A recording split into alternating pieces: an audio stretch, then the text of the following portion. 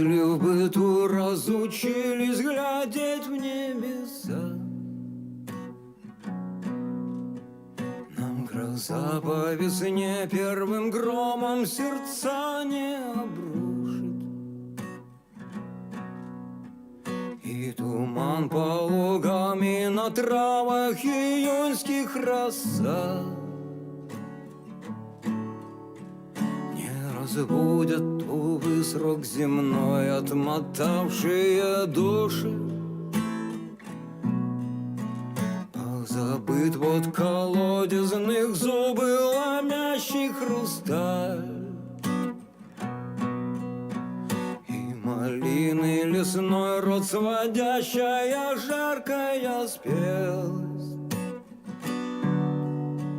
догорает на сопках заката парчевая шаль.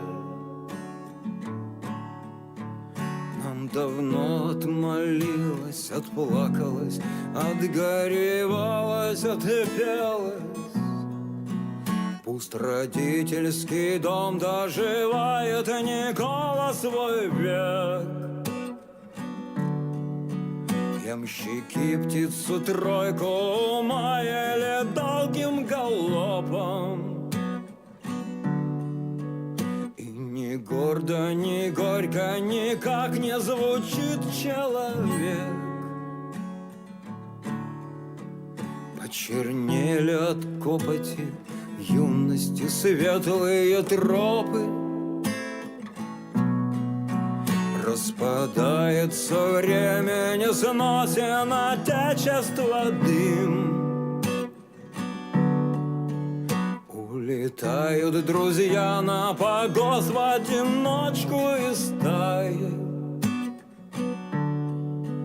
Я когда-то случился на этой земле молодым.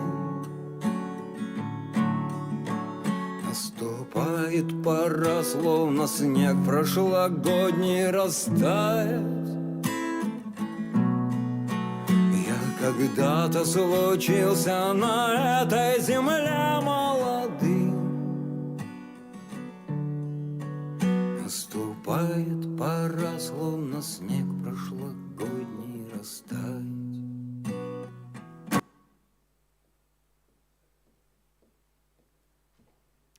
Суровая природа Арктики и ее богатства, спрятанные в недрах Земли, всегда вызывали интерес и притягивали внимание человека. Но многие забывают, что арктическая природа, природа Севера, является одной из самых хрупких экосистем на нашей планете. Одним из ключевых мероприятий Дней Арктики уже 8-й год является межрегиональный студенческий диспут «Арктика. Территория экологии», который организует экологический центр Национальной библиотеки «Эко-Ленинка». На этой площадке участники делятся результатами исследований, посвященных Арктике, показывают, как уязвима ее природа и что можно и нужно делать для сохранения и сбережения этого региона. Одна из главных целей нашего сегодняшнего мероприятия – это расширить знания об арктическом регионе и показать людям, что северная природа нуждается в бережном отношении. Для открытия диспут-площадки «Арктика. Территория экологии» приветственное слово предоставляется заместителю директора Национальной библиотеки Республики Коми Наталье Леонидовне Саврасовой.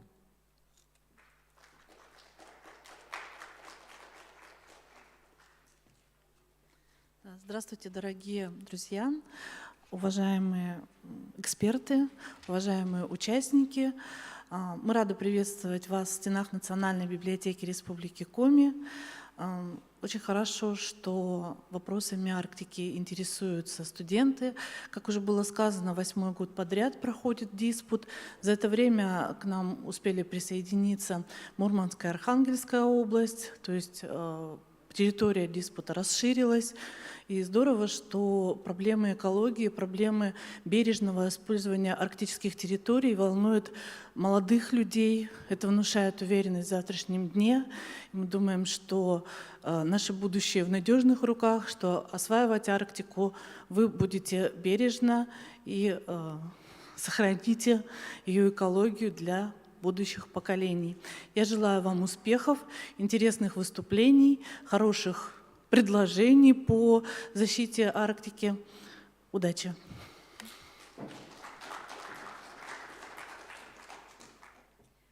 Слово для приветствия предоставляется общественному представителю проектного офиса развития Арктики в Республике Коми Роману Викторовичу Полшветкину.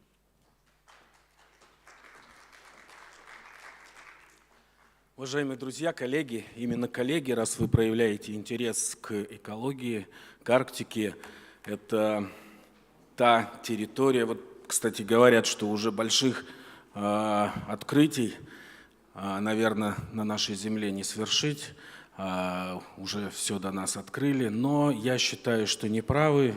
Именно Арктика – это территория, где нас ждут всех новые открытия, открытия не только географические, подводные, открытия полезных ископаемых, но и открытия, связанные с развитием новых производств, как бы это ни звучало, в столь суровом климате. Это открытие, природные открытия, открытия тех богатств чудных, которые таит Арктика. Я хочу пожелать вам не только успехов в вашей работе, но чтобы ваша работа нашла практический результат. Потому что не так много сегодня молодых людей, интересующихся столь разнообразной и арктической, и крайне северной тематикой, но внимание со стороны правительства, со стороны властей к арктической зоне Российской Федерации растет, поэтому такие специалисты обязательно будут востребованы. Что мне хочется сказать еще? Ваши работы, ваши проекты, я, несомненно, приглашаю познакомиться с деятельностью проектного офиса развития Арктики, они также могут найти поддержку и в этом проектном офисе. Сегодня существует грантовая поддержка, безвозмездная для студентов в том числе. В денежном выражении это 50 тысяч на физическое лицо, и для юридических лиц 100 тысяч, где вы можете предложить свой проект и реализовать. К сожалению, проектов от Республики Коми не так много, но это могут быть и практические проекты, это могут быть просветительские проекты, это могут быть самые безумные идеи, потому что именно безумные, впечатляющие идеи, они всех нас готовят к необычайным открытиям. Поэтому хочу пожелать вам успехов. Пожалуйста, пользуйтесь этими инструментами, в том числе финансовыми. Спасибо большое. В добрый путь.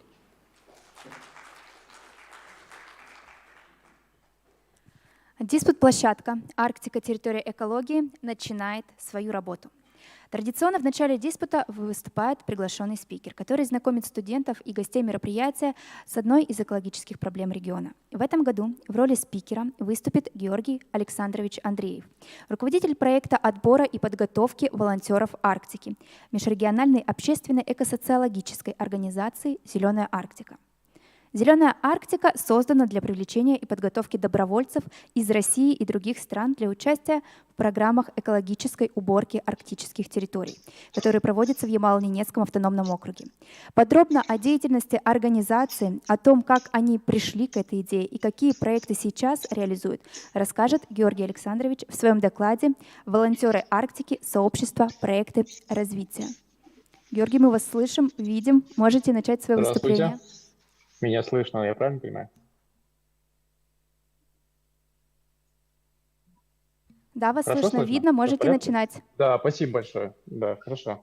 Коллеги, всем здравствуйте. Очень рад выступить в такой роли на мероприятии прекрасном, посвященном Арктике, и надеюсь, что мое выступление будет для вас, для всех интересно в той или иной степени. Вот, пару слов о себе скажу, помимо того, что я являюсь руководителем проекта отбора и подготовки волонтеров Арктики, о чем я буду рассказывать вам дальше. Я также являюсь научным сотрудником научного центра изучения Арктики в Салехарде. Вот. И я предполагаю, что путь многих из вас, один из шагов которого сегодня вот эта вот конференция, ваш диспут, да, он будет в Арктику через науку. И я вам желаю его не очень тернистого, потому что вы нужны этой земле. И, в общем, сам я очень кривыми путями сюда пришел.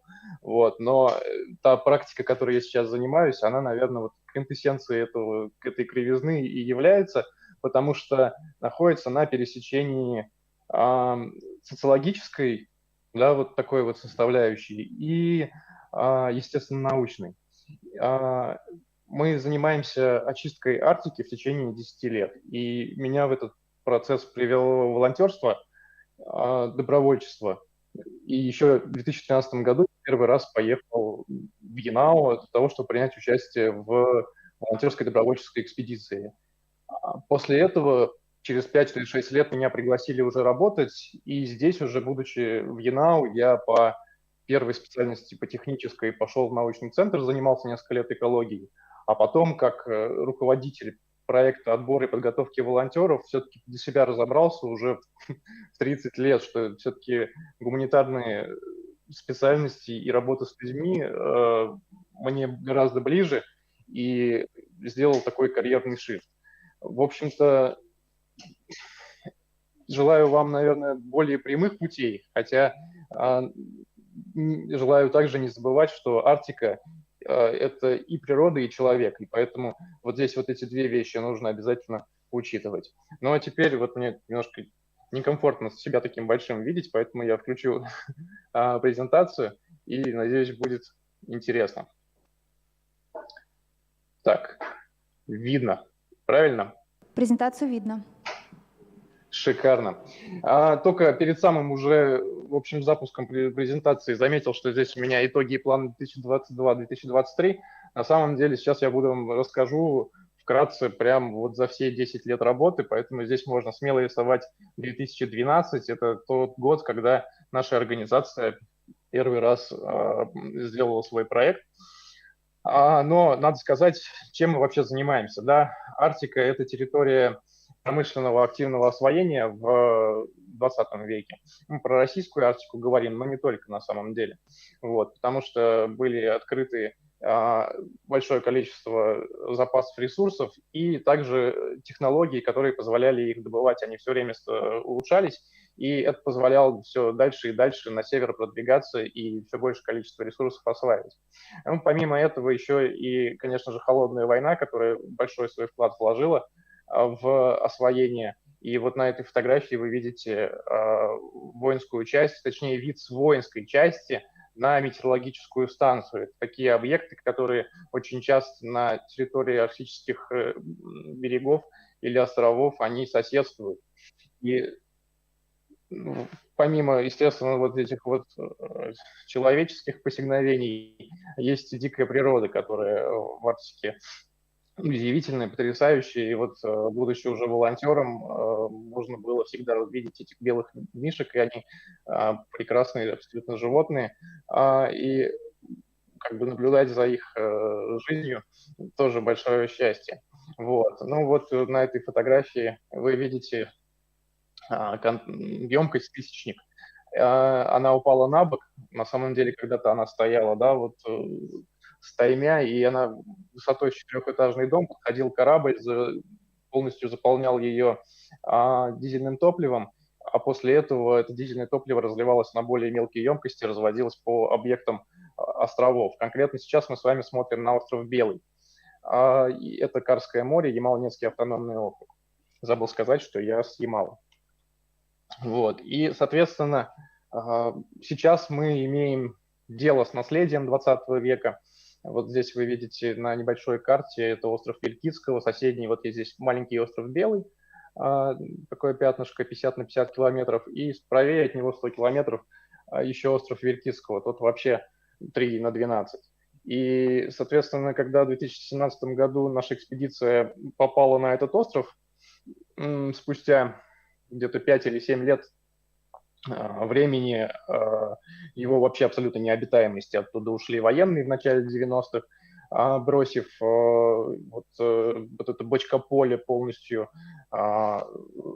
бочкотары заваленные, бросив военную технику вот эту вот и бросив бытовые постройки. Такое ощущение, как в «Сталкере» у Тарковского, что люди встали и ушли. В некоторых местах где-то мы видим присутствие там уже других посетителей, которые искали чем поживиться, цветметом и всем остальным.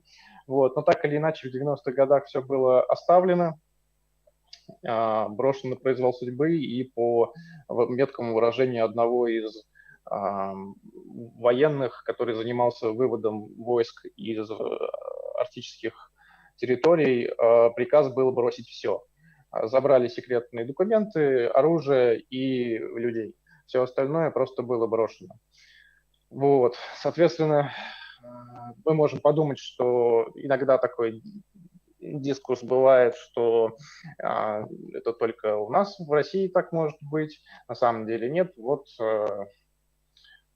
вторая половина 20 века, холодная война и потенциальный противник. Вот американская база в Гренландии, соответственно, выглядит очень похожим образом. И понятно, есть исторические какие-то процессы, да, но как вы видите на этих фотографиях, они больше для эмоционального, скажем так, восприятия, чем для фактического, потому что я не думаю, что смерть песца настигла из-за того, что он рядом с медными кабелями лежит, вот, но вообще вот это в какой-то смысле нездоровое взаимодействие природы, дикой абсолютно, и антропогенного воздействия, оно ощущается на этих объектах очень сильно.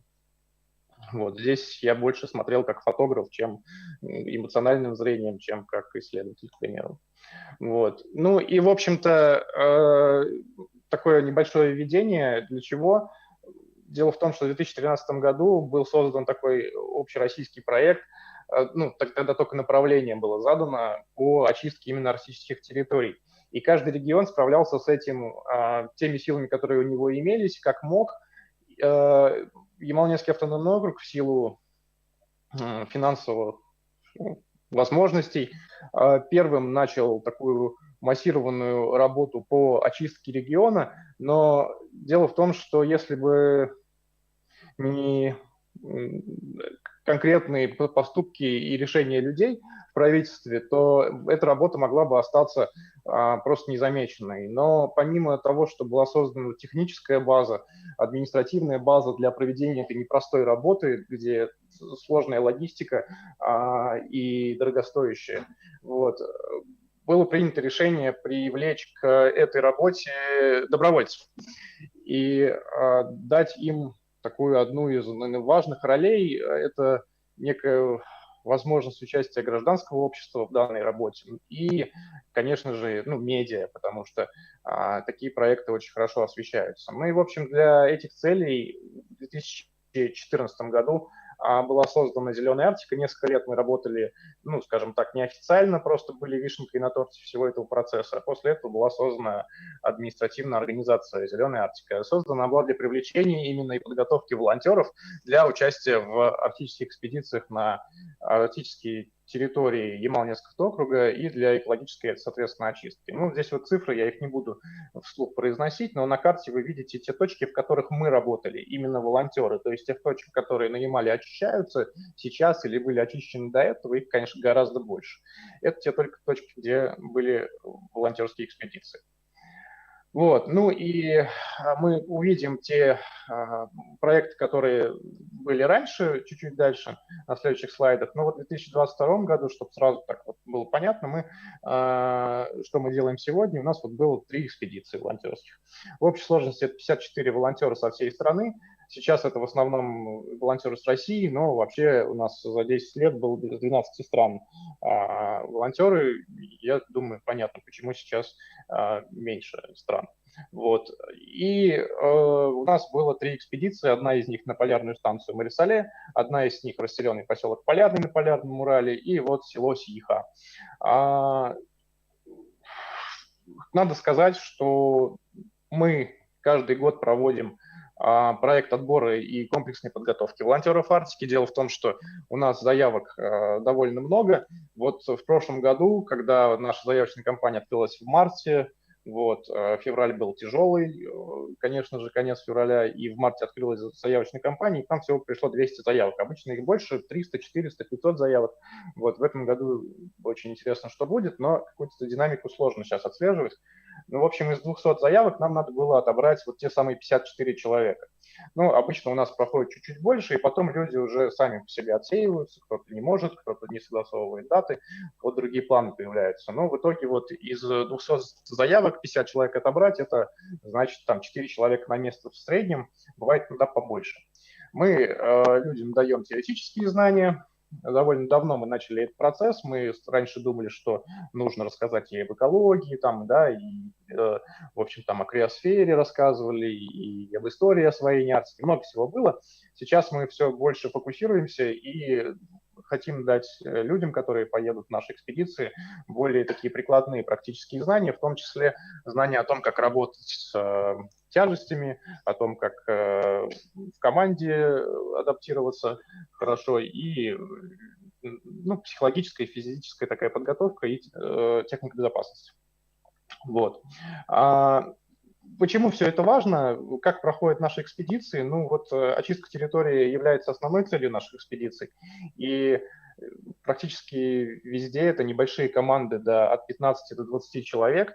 Это обусловлено логистикой в основном, потому что заброска происходит вертолетом на острова, особенно, конечно же. Если в поселок Полярный, на Полярном Урале можно на поезде доехать, то вот острова, конечно, это вертолет, Ми-8 нас забрасывает, и больше 15 человек в команде не бывает. На островах это чисто мужские команды, а на полуострове мы также делаем смешанные экспедиции, парни, девушки.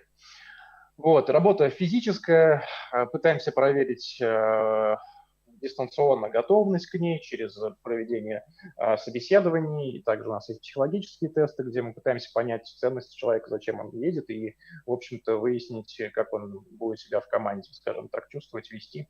Нам это важно понимать и знать, потому что работа довольно тяжелая, 6 дней в неделю, это физический труд, и часто бывает сюрпризом для людей тот момент, что они думали, что они готовы, а оказалось, что это тяжелее, чем они предполагали.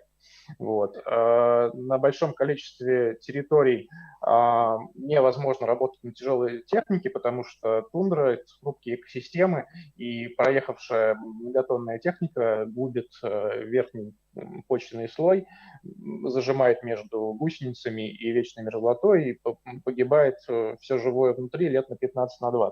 Поэтому вот этот вот труд именно шансовым инструментом, руками, он незаменим на первом этапе очистки арктических территорий, когда нужно просто вот выковыривать все это дело, отвоевывать у тундры.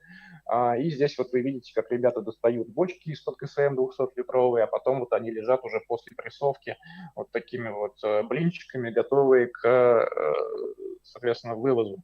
Ну, надо сказать, что большое количество этих которых было сначала опустошено от остатков ГСМ, некоторые бочки вообще полные, что, конечно, является гораздо большей опасностью, чем сам по себе металл.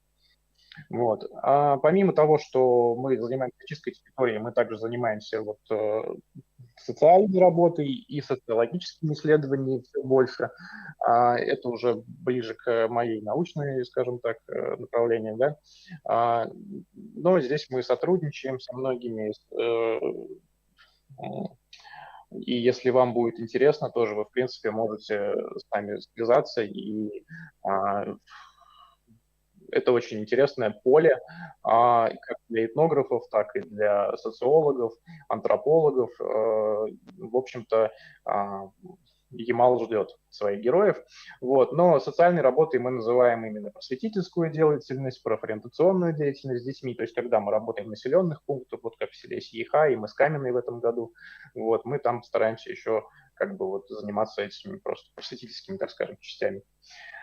Вот, деятельности. Ну, урбанистика самый, наверное, такое не слишком, не сильно развитое из наших направлений. Мы больше тактический урбанизм практикуем.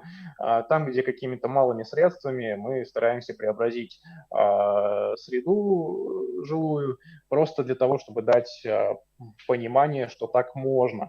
На севере иногда этого не хватает. Допустим, вот слева сверху вы видите ангар, в котором просто до нашего прихода был бардак, мусор и, в общем-то, отхожее место, а мы его вместе с волонтерами из села преобразили и сделали вот такой вот импровизированный кинотеатр. И сидим с молодежью, смотрим фильмы с Джеки Чаном в самом северном селе Ямала. Это, в общем, очень интересный опыт. Вот. Быстро пробегусь. Это то, что с чего все начиналось. Остров Белый 2012-2016, там, где зародилась вообще Зеленая Арктика, откуда есть пошла. Остров Вилькицкого следующий. В те счастливые и легкие времена у нас было всего по одному проекту экспедиционному в год. Это сначала 5 лет Белого, потом 5 лет Вилькицкого и чисто мужские экспедиции по очистке территории. Вот. Мы с Херсовой в 2020 году убрались очень хорошо небольшой командой, но при поддержке тяжелой техники там была возможность работать. Очистили 3000 бочек, ребят собрали просто по территории, очень хороший результат показали. И вот первые смешанные экспедиции у нас это село Сииха с 2020 по 2022 год. Мы, соответственно, 3 года, там 3 летних сезона мы там отработали, очистили довольно большое количество территорий, поговорили с огромным количеством местных жителей. Задача была выяснить, кому в Сиихе жить хорошо. Но вот сейчас мы делаем медиапродукт по этому проекту, и скоро появится у самого северного села прекрасный сайт с большим количеством авторских материалов о том, как волонтеры Арктики, так мы себя называем, увидели это самое северное село, с кем познакомились и, в общем-то, что из всего из этого получилось. Вот, ну, какие-то такие зарисовки, как это могло выглядеть до-после. Это вот берег реки Сииха. Тут много, на самом деле, вопросов интересных, и вот с точки зрения антропологии, можно, наверное, так сказать, вообще, как человеческое поведение приводит к таким вот последствиям. Дело в том, что в той же самой Сиихе был разбит жилой модуль на 1000 человек по освоению Ямальского полуострова геологоразведки. И прямо в 91 году начали работу, а в 93-м все закончилось. И вот огромное количество, в общем-то, привезли всего, а потом люди уехали. И вот металлоломом начали укреплять берег, который всегда каждый год там на метр уходит. И когда металлоломом начали укреплять берег, то просто, вот знаете, как по теории разбитых окон, в общем, люди начали скидывать мелкий бытовой мусор туда, где уже были какие-то большие отходы. Ну и вот так вот у нас получилось, что берег, очень красивый берег, в очень красивом месте оказался полностью вот так вот загажен абсолютно разнодисперсным мусором. Вот. Ну и это вошло в норму, хотя люди, конечно, нельзя сказать про людей, что им нравится жить среди мусора, но когда через какое-то время у тебя включается фильтр, и ты перестаешь видеть это как мусор. Наши проекты иногда вот оказывают такое неожиданное воздействие, что если приезжают люди, они по-настоящему работают от души, то другие люди, этот фильтр как бы он убирается. Вот. Такой вот результат. 2022 год, полярная станция Марисале, огромное количество бочкатары спрессовано и подготовлено к вывозу. Упраздненный поселок Полярный, абсолютно историческое, потрясающее место. Знаю, что у меня мало времени, поэтому быстро стараюсь все это пробегать. Это в этом году, в 2020 году, в 2022 была первая экспедиция, в 2023 будет сюда экспедиция тоже. Просто наброски того, как мы работаем, демонтаж ветхих строений, сортировка ТБО и металлолома, и древесины. Вот в таком вот роде происходит очистка территории. Не призываю относиться к этому как к какой-то профессиональной социологии, но просто понимать, чтобы для чего люди едут. Да, вот некоторые интересные мотивы – это помощь миру, новый опыт, экология, защита окружающей среды, общение. Вот. 90% людей с высшим образованием от 25 до 35 лет, хотя есть у нас исключения. 18-летние ездят и 60-летние. Вот. Коллеги, вы меня только остановите. Я знаю, что вот у меня кончилось только что 20 минут. Если что, я сразу готов скруглиться. Проект «Экология внутри» потрясающий в этом году был проведен. Мы заметили, что у нас большинство волонтеров из других регионов. Ну, это понятно, потому что Арктика манит, Арктика зовет романтикой своей, и люди ездят сюда, берут отпуска, и в наших экспедициях 2-3 недельных, соответственно, они физически работают, но душой отдыхают. А с Ямала на Ямал очень мало людей едут, это тоже понятно, люди здесь стараются свои отпуска потратить где-то на юге. Но у нас вот была такая задача, мы хотели привлечь местных добровольцев и целевую аудиторию для себя взяли такую подростки. И, в общем-то, в 13 муниципальных образованиях, а это весь Ямал-Ненецкий автономный округ, в этом году, в 2022, у нас прошел проект «Экология внутри», где мы 260 школьников в составе команд мы этих муниципальных образований вывели на уборки, и это не разовая акция была, не субботники, а это дети, подростки работали в течение месяца, и курировали эти команды взрослые, волонтеры Арктики наши, которые уже с островов, и тем самым у нас получилась вот такая, вот, знаете, ну, очень классная коммуникация, когда опыт одних людей, взрослых, передался другим, и, в общем-то, ценность передалась, и сейчас мы имеем вот 260 подрастающего поколения волонтеров Арктики именно внутри округа. Это, по-моему, лично по мне, это супер классно, потому ну, сложно представить, вообще переоценить такую работу. Вот, потому что за детьми шли их родители, за родителями шли коллеги, и, в общем, у нас еще 1500 человек за этими школьниками вышли и очищали собственные территории.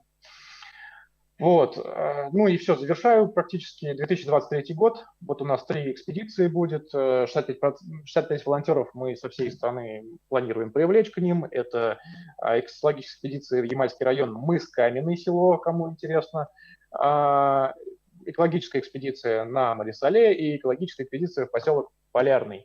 Наши все экспедиции проходят при поддержке топливно-энергетических компаний, которые работают в регионе, в том числе «Газпромнефть». Мы также сотрудничаем с большим федеральным проектом «Чистая Арктика» и, соответственно, ждем всех, кто хочет участвовать в экспедициях. Вот в марте у нас откроется уже заявочная кампания. Сейчас будет QR-код, находите нас в соцсетях. Эти фильмы вы можете посмотреть, если вам интересна наша деятельность, на YouTube. Прекрасные фильмы, но если хотите просто один самый крутой, то «Арктика очищения». Советую очень. Ну и в принципе, все. Используя вот этот QR-код, вы можете перейти к нам в группу ВКонтакте и в марте ждать заявочной кампании.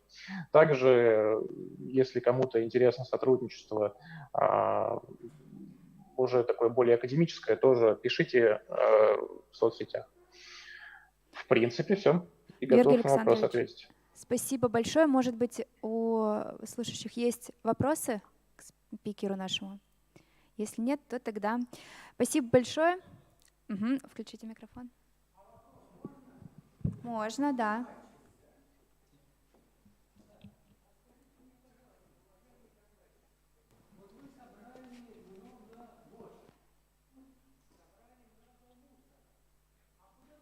Я, к сожалению, не слышу вообще вопроса, вы мне продублируете? Сейчас продублируем вопрос. Ах, вот оно как. Так, скажите мне, пожалуйста, уважаемый докладчик, вот вы собрали много бочек, вы собрали много мусора. Куда вы его дели? С собой в Москву увезли или в Сыктывкар, или куда-то, или там в тундре закопали?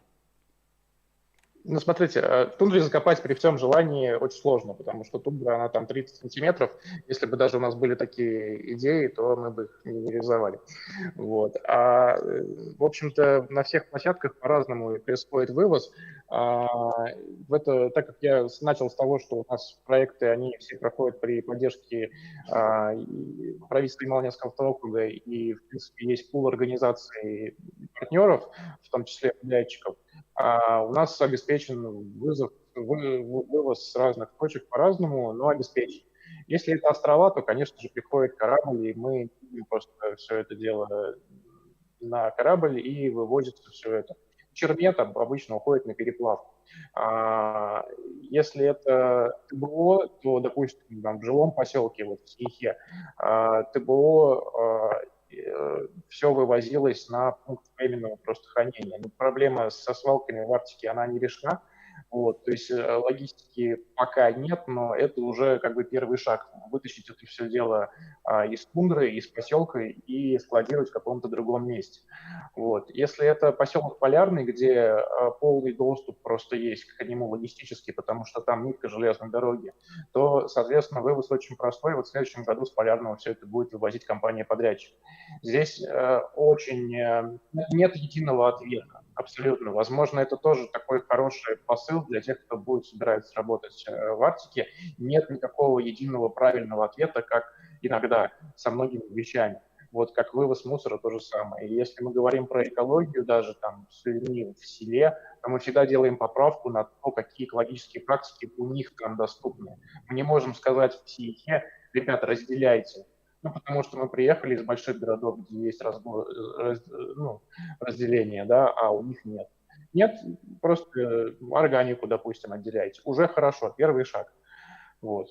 Но это я отвлекся, извините. Спасибо В общем-то, да, большое. но всегда вывоз есть. Спасибо большое. А сейчас мы переходим. Есть еще вопрос, да? Разрешите? Давайте Да. небольшой вопрос, небольшой ответ, потому что у нас регламент. Георгий Александрович, спасибо большое за интересный доклад, за ваше дело, которое вы ведете с волонтерами, важное. Да.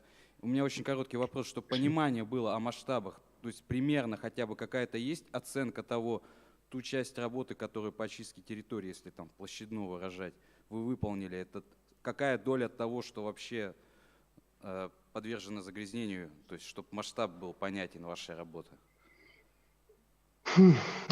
Масштаб, ну вот, допустим, с острова Белого было вывезено 1200 тонн металлолома. Это если обычный стандартный стадион футбольный загрузить до уровня 2-го этажа, это металлоломом. Вот это будет 1200 тонн металлолома. Какую часть территории нужно ЯНАО очистить Арктики, условно говоря, арктического сектора? Осталось вам сделать. Мы сделали 15%, осталось 85% или наоборот. Вот. Это больше 30 объектов сейчас на карте Департамента природных ресурсов регулирования на будущие 5-7 лет. Из них очищено объектов 10. И процесс выявления этих объектов, он еще идет. Не то, чтобы люди не знают, где оно лежит, но оно еще много юридически не обосновано, там, не описано. Поэтому на всех хватит вообще очень... В общем, еще нужно работать, работать работать и работать. ЯНАО больше всех освоен, поэтому здесь больше всего отходов. 5%, 10%. Моя оценка, субъективная. Спасибо большое. А сейчас мы переходим к основной части, где студенты представляют свои доклады.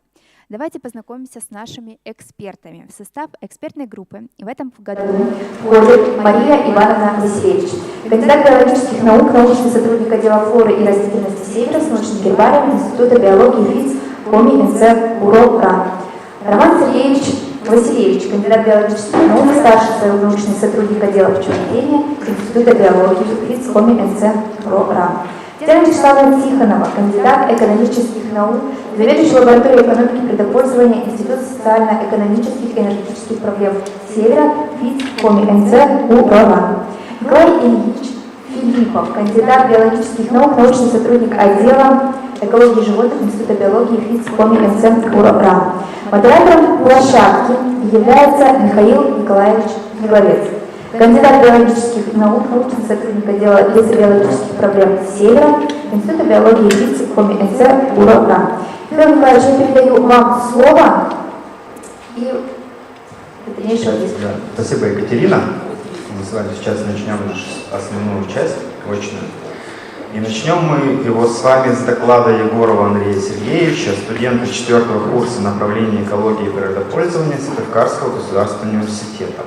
Доклад под названием «Воздействие угледобывающей промышленности на тундру». Уважаемый Андрей Сергеевич, напомню про регламент выступления 5 минут. Желательно его придерживаться, мы будем следить. Если что, я просто подниму. Можете начинать. Всех приветствую. Я сегодня расскажу доклад на тему воздействия угледобывающей промышленности на тундру. Добыча угля наносит немалый вред окружающей среде и здоровью людей. Негативное влияние на экологию – одна из главных причин, которая привела к закрытию шахт в развитых странах. Экосистемы тундры очень уязвимы. перед процессами, связанными с добычей угля, также нефти и газодобычей. Хрупкий северный мир очень чувствителен к ударам, которые наносят развитие промышленности и изменение климата. Вопросы экономического развития угледобывающих регионов и социального благополучия людей являются актуальной повесткой научных и общественных дискуссий в условиях перехода к низкоуглеродной экономике и устойчивому развитию. Экономическое развитие не должно наносить вреду к окружающей среде, частью которой является человек. По запасам угля Россия занимает второе место в мире. Добыча угля ведется в 25 субъектах Российской Федерации. Территориально вклад регионов распределяется так.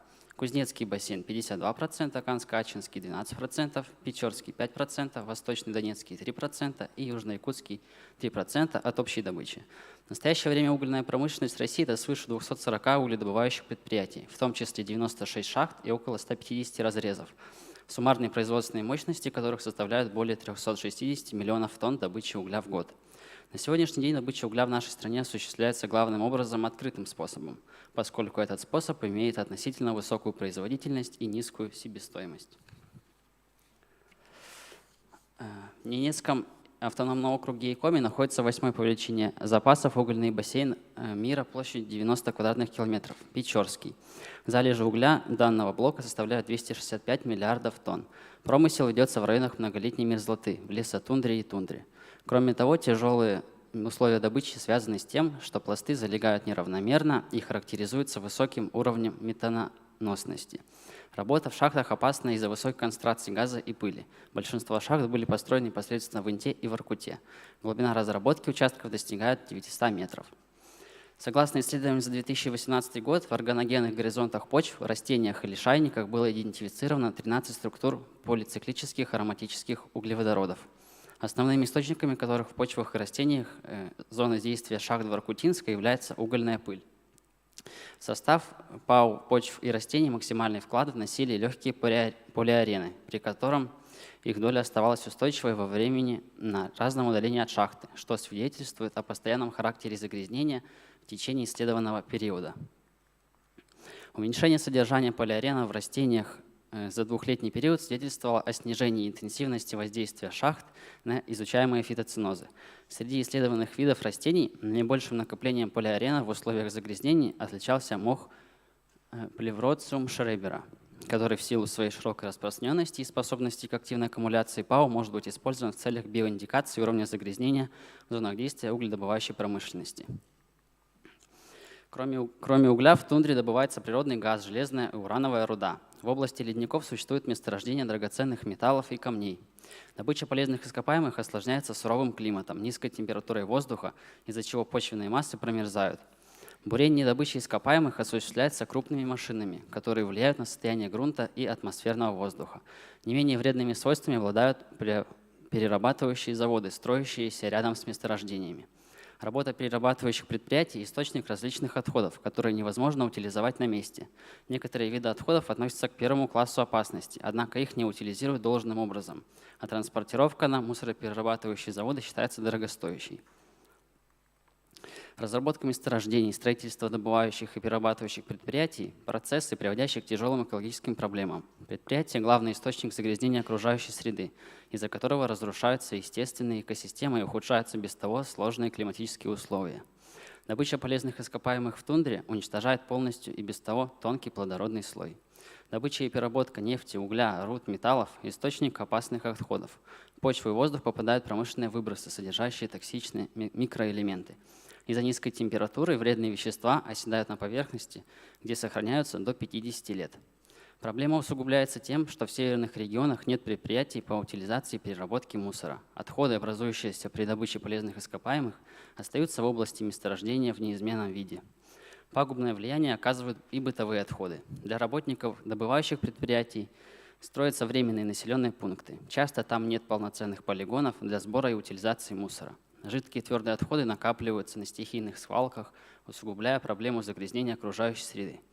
Таким образом, хотелось бы отметить то, что территория с антропогенно измененными ландшафтами требует осуществления мероприятий не только по сохранению экосистем, но и по восстановлению их природного состояния, что предполагает комплекс соответствующих инвестиционных мероприятий, капитальных и текущих финансовых затрат, направленных на снижение уровня негативного воздействия промышленных объектов на окружающую среду и восстановление нарушенных экосистем.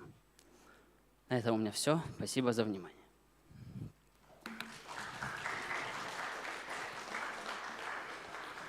Спасибо, Андрей Сергеевич.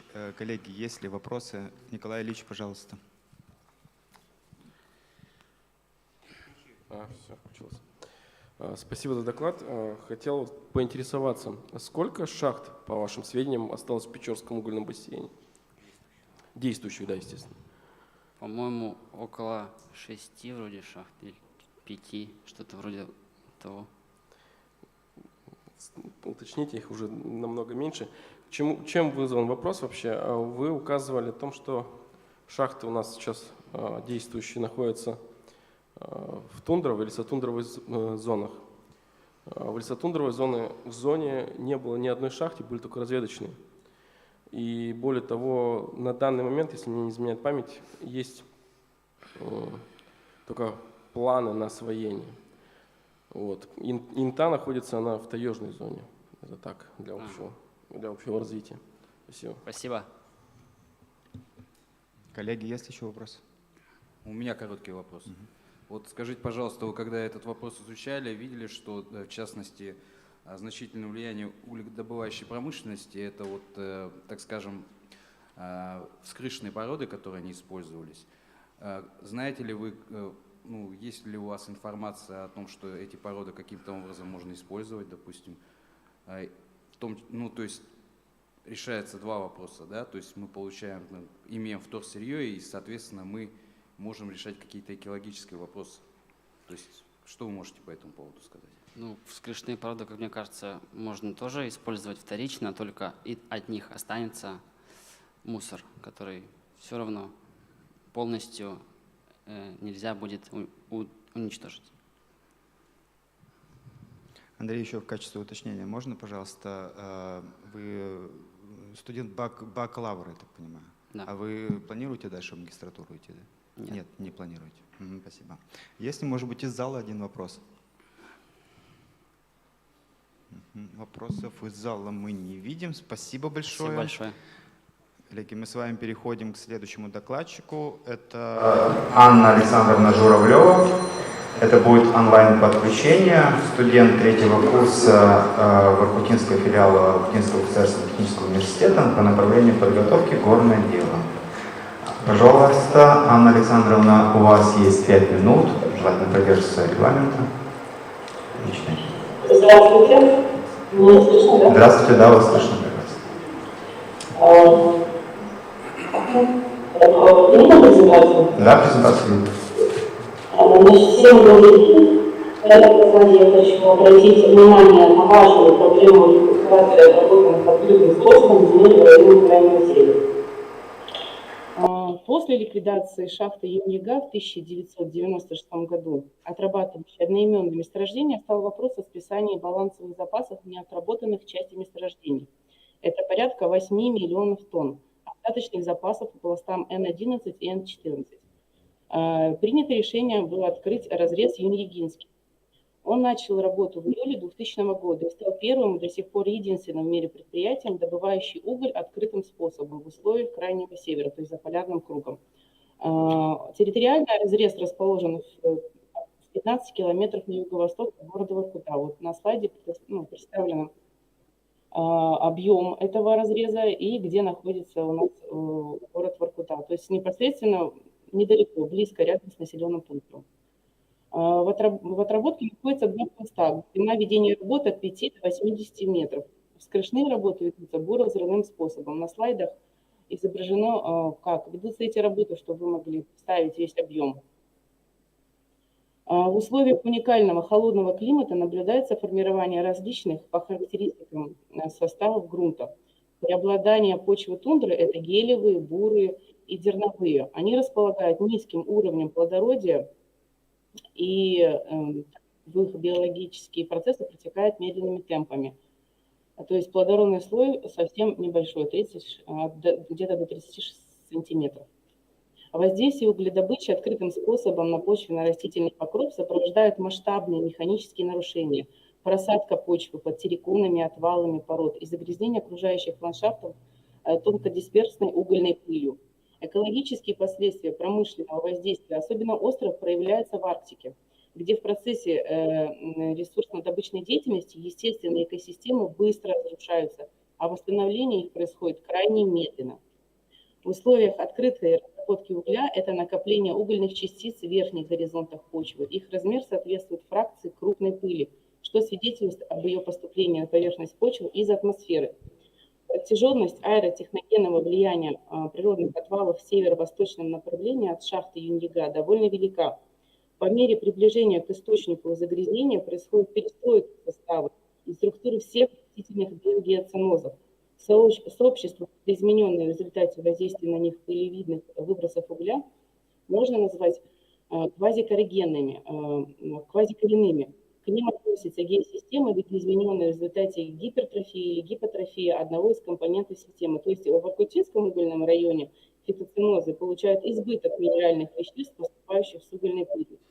Также на территориях, нарушенных открытыми горными работами, терриконы, валы, дорог, брошенные и выработанные карьеры, естественное восстановление почвенно-растительного покрова идет по пути первичной сукцессии. В подобных субстратах жизнеспособные зачатки растений отсутствуют. Зарастание возможно только за счет заноса извне. Есть несколько стадий сукцессии. Нулевая стадия. На этой стадии находится основная часть территории карьера. А растительность отсутствует. Отмечены только почвенные водоросли. Общеизвестна их роль в накоплении органического вещества, азота, других биогенных элементов, закреплении поверхности первичных грунтов. Активное заселение таких мест обитаний водорослями создает основу для поселения других групп авто- и гетеротрофных организмов, использующих продукты метаболизма этих водорослей. На этой стадии зарастания субстратов карьера группировки почвенных водорослей представлены зелеными и сине-зелеными. Вот, пожалуйста, на слайде эти водоросли представлены. Далее, первая стадия сессии представлена объединенными, разреженными пионерными сообществами. Как правило, такие сообщества на карьере приурочены к дорогам, где почвообразующими породами служат скошенные и отработанные породы. На отсыпке карьера через год после завершения работ сформировались пионерные группировки. На первом этапе зарастания определяющая роль, около 74%, принадлежит травянистым многолетним растениям. Вторая стадия представлена разнотравно-злаковыми сообществами другого типа. Они расположены в верхних частях отвалов, иногда в придорожных понижениях и на ровных поверхностях лацевиками карьеров. В местах их производства проводились рекультивационные работы с внесением природной почвы, слой которых составлял 30-60 см. На второй стадии при сохранении пионерных видов отмечено внедрение тундровых и появлением мхов-антропофилов. Абсолютно неплодородный токсичный субстрат и в совокупности с суровым климатом формирует экстремальные условия для произрастания растений. В ходе зарастания изменяется кислотность субстрата от слабощелочной до нейтральной или слабокислой. В формировании сообществ первичной сукцессии основную роль играют на нулевой стадии почвенные водоросли, на первой разнотравие, на второй злаки. Основная часть территории карьера находится всего лишь на нулевой стадии. Площади, занимаемые сообществом первой и второй стадии, невелики и приурочены к участкам возле дорог. Это, скорее всего, свидетельствует о заносе зачатков растений с транспортом. Кроме того, появление растений на первой стадии может быть связано с рекультивационными работами, то есть внесением природной почвы, содержащей семена растений. Со временем эти семена внедряются в тундровые виды. Также к ним присоединяются тундровые виды, и в первую очередь ивы, карликовая береза. На Ньюгинском угольном карьере это наблюдается разнотравно-злаково-кустарниковых сообществах. Процесс этот очень сильно растянут во времени. При самозарастании технически рекультивированные территории карьера положительную роль могут сыграть сохраняющиеся на ней островки естественной тундровой растительности, поскольку они могут послужить источником интрогрессии на свободную площадь тундровых видов. При этом важно, чтобы на краевых участках карьера не было большого перепада высот и отвесных стенок, препятствующих внедрению тундровых видов из окружающих фитоценозов. Карьеры, отвалы, придорожные насыпи зарастают постепенно. Это образование примитивных группировок водорослей, которые накапливают органические вещества, азот и другие биогенные элементы и закрепляют поверхность заснувших сообществ. Время образования пионерных группировок цветковых растений от года до нескольких лет, а сомкнутых луговиц 15, 20 и более лет. Плотная дернина препятствует проникновению загрязняющих веществ в почву. Со временем в сообщество внедряются тундровые виды, ива, карликовая береза. Однако, как я повторюсь, этот процесс очень длительный и растянут во времени. Мой доклад закончен. Спасибо, Анна Александровна. Коллеги, вопросы созрели? Мария Ивановна, пожалуйста. Благодарим вас за доклад. Однако, Анна Александровна, хотели спросить у вас. У вас немножко доклад такой односторонний в плане стадии сукцессии, да, как происходит восстановление на карьерах, да, о том, что насколько медленно это все происходит. Вот. Однако вот хотелось бы больше, может быть, информации, если конкретно касалось шахты Юнига, какой полный комплекс рекультивационных мероприятий там, возможно, проведен или планируется проводиться. И второй вопрос, поскольку проблема карьеров, она актуальна для совершенно различных территорий. Вот. И большой вопрос к изменению гидрологического режима территории. И вот такой момент, если имеет ли место на этих карьерах шахты Юнига подтопление территории, вот, которое вызвано добычей угля. Вот, пожалуйста, ответьте на эти вопросы. Извините, я расслышала первую часть вопроса насчет какие планируются меры по активации. Я пока на него отвечу, потом повторите вторую часть, потому что не очень, связь не очень хорошая, я не расслышала вторую часть вопроса. Насчет мер какие.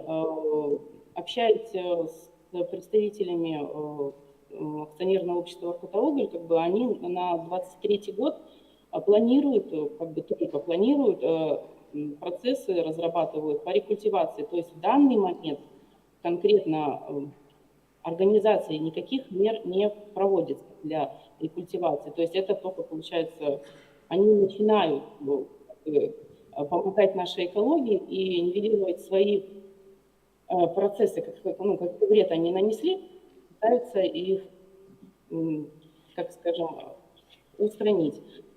И я думаю, да, возможно, да, принести, какие можно предложить. Я считаю, что очень было бы хорошо в начале еще самом, и когда только начинаются такие разработки, снимать плодородный слой, который, то есть, еще не тронут, убирать его на хранение, то есть, чтобы впоследствии, когда уже будет закрываться карьер, можно было бы его использовать для рекультивации. Также оставлять эти островки, то есть нетронутые, чтобы в дальнейшем можно было зарастание происходило. Также возможно, как вариант, приносить извне. То есть, но это все равно придется где-то брать эту почву. Если взять в небольших количествах, это может не будет таким большим ударом по экосистемам. То есть засеять почву. То есть это комплексный процесс. Также, если, например, можно как вариант подключить науку к этому вопросу, то есть я не очень сведущая в научной, особенно в биологической сфере, но как вариант, например, вот если первая стадия, это стадия, когда водоросли большую роль играют, то есть водоросли это фундамент для почвы, то как вариант искусственное внедрение этих водорослей, то есть выращивание, может, в каких-то особых условиях и заселение водорослями, чтобы они дернину улучшали, чтобы в дальнейшем можно было засеять. То есть это нужно какой-то отдел создать, как вариант на базе Воркутинского университета, потому что мы можем как полигон использовать наши, тот же самый юнигинский разрез, и в дальнейшем применять эти способы. То есть если в арктической зоне получилось, да, рекультивировать, то, что, в принципе, можно сказать, уже на это крест поставили, то в дальнейшем в любой можно будет использовать. То есть если в таких тяжелых условиях получилось восстановить, то и в средней полосе это будет легче. То есть нужно в это привлекать науку, выделять гранты, наверное, чтобы люди были заинтересованы тем, чтобы это развивать, и воплощать в жизнь, так сказать, пробовать, экспериментировать. А наше предприятие «Воркута-Уголь», оно очень открыто взаимодействует к новым разработкам. Я думаю, они были бы не против. То есть это будет им помощь научная, то есть они могли бы создавать техническую базу, а наши светлые головы в университете бы разрабатывали как бы базу научную, то есть соединить так направление. То есть, раньше можно было как бы попустительски относиться к добыче полезных ископаемых. Сейчас как бы тенденция идет на более умный и бережный подход к добыче этих ископаемых. Анна Ну, Александровна, вообще, спасибо. Мы Спасибо. услышали, в принципе, Да, что вы ответ и на первый владеете. вопрос, и на второй тоже заочно. Да. Спасибо большое за ваш доклад. Мы, к сожалению, уже немножечко вышли за рамки регламента. Перейдем с вами. Желаем успехов в вашей дальнейшей работе. Надеемся, вы будете продолжать. УГТУ не окончит это дело, и, может быть, вы тоже в будущем не первый год, не один год посвятите этой работе, и в дальнейшем мы увидим хороший результат. Спасибо большое. До свидания. Спасибо. Коллеги, у нас с вами следующий докладчик. Это Иголкин Илья Сергеевич, студент 4-го курса направления подготовки педагогического образования, биологии и географии Сыктывкарского государственного университета. Илья Сергеевич сам представит, наверное, название своего доклада, да? Да. Регламент 5 минут. 5 минут, да, желательно выложить. Спасибо. Хорошо. Всем здравствуйте. Я сегодня расскажу про биологическое разнообразие северных территорий Республики Коми. Для начала скажу, что территория Республики Коми располагается на северо-востоке восточноевропейской равнины и западном макросклоне северной части Уральского хребта. Крайний северо-восток республики, Воркутинский район, это Воркутинский район и ее север, части Интинского, Усинского и Усть-Цилимского района относятся к тундровой зоне с подзонами южных гипоарктических тундр и северной лесотундры. Более 90% нашей республики занимает лесная зона с подзонами южной лесотундры, крайней северной, средней и южной тайги. В подзоне южных гипоарктических тундр господствуют ягниковые тундры, которые расположены на ровных водораздельных пространствах и пологих склонах. В них доминируют такие породы, как карликовая березка, ивниковые тундры из ивы лопарской, ивы шерстистой, ивы копьевидной, ивы серо-голубой занимают ложбины стока. Травяно-кустарничковый ярус включает багульник, голубику, бруснику, чернику, воронику и другие кустарнички. Из трав, роль которых здесь незначительна, чаще встречаются осока арктосибирская и осока шаровидная, морожка, вейник лопастный, лапландский, поживущий луговик, извилистый, несколько видов камнеломки и ветчатка. В подзоне северной лесотундры продолжается господство ягниковых тундр, которые занимают около 75% ее территории. В долинах рек и на дренированных склонах появляются редкостойные елово-березовые и березовые леса. Лесообразующими породами являются ель сибирская, береза извилистая и береза пушистая. Кустарничковый ярус из черники, багульника, брусники, вороники, голубики хорошо выражен. Экологические проблемы в зоне арктических пустынь вызваны прежде всего воздушными массами, которые приходят из промышленно развитых регионов северо-запада России, Северной и Центральной Европы наблюдается выпадение так называемых кислотных осадков, кислотных дождей, водных растворов оксидов серы и азота. Такие осадки влияют на всю хрупкую экосистему Арктики, разрушают тонкий слой почвы в тундре, отражаются на жизнедеятельности водных организмов. Результат присутствия человека на островах и архипелагах арктического региона – это горы мусора. На протяжении почти 100 лет в Арктику завозили материалы, ничего не забирая обратно. Только в прибрежной полосе Северного Ледовитого океана находится до 4 миллионов тонн промышленных и строительных отходов, а также до 12 миллионов железных бочек. Мусор в Арктике скапливался десятилетиями. Многие технологические отходы и сейчас опасны. Первыми уборщиками этого края стали военные, которые создали так называемые взводы экологической очистки. Для реализации стратегии в Минобороны России разработали и утвердили дорожную карту по ликвидации экологического ущерба, причиненного в результате деятельности на территории Министерства обороны Российской Федерации в арктической зоне. Уборка территории земли Франца Иосифа, к примеру, началась с острова Земля Александры. Всего запланирована очистка 6 островов архипелага: земли Александра, Хейса, Гукера, Рудольфа, Гофмана и Грэем Белл. Только в 2017 году в арктической зоне собрано более 6 тысяч тонн металлолома из более 4 тысяч запланированных. Свыше 3,3 тысячи тонн вывезено. По сбору металлолома план перевыполнен на 37%. Сообщил в октябре 2017 года заместитель министра обороны Российской Федерации генерал армии Дмитрий Булгаков. Налицо изменение отношения и повышение ответственности человека за состояние Арктики.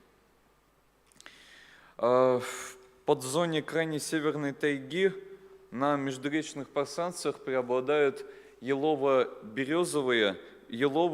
и березовые леса. Значит, так. Березовые леса распространены неравномерно. Все. Хорошо. Я могу вывод сказать? Вывод. Хорошо. Вывод такой, что когда появилось новое государство под названием Российская Федерация, после распада Советского Союза, мы не стоим на месте. У нас сегодня наше новое государство Россия развивает новую Арктику, территорию перспективных хозяйственных проектов и важнейших научных исследований. То есть сегодня мы можем сделать вывод, что ситуация не настолько плоха. Мы все уже стали лучше. Наша наука развивается, не стоит на месте.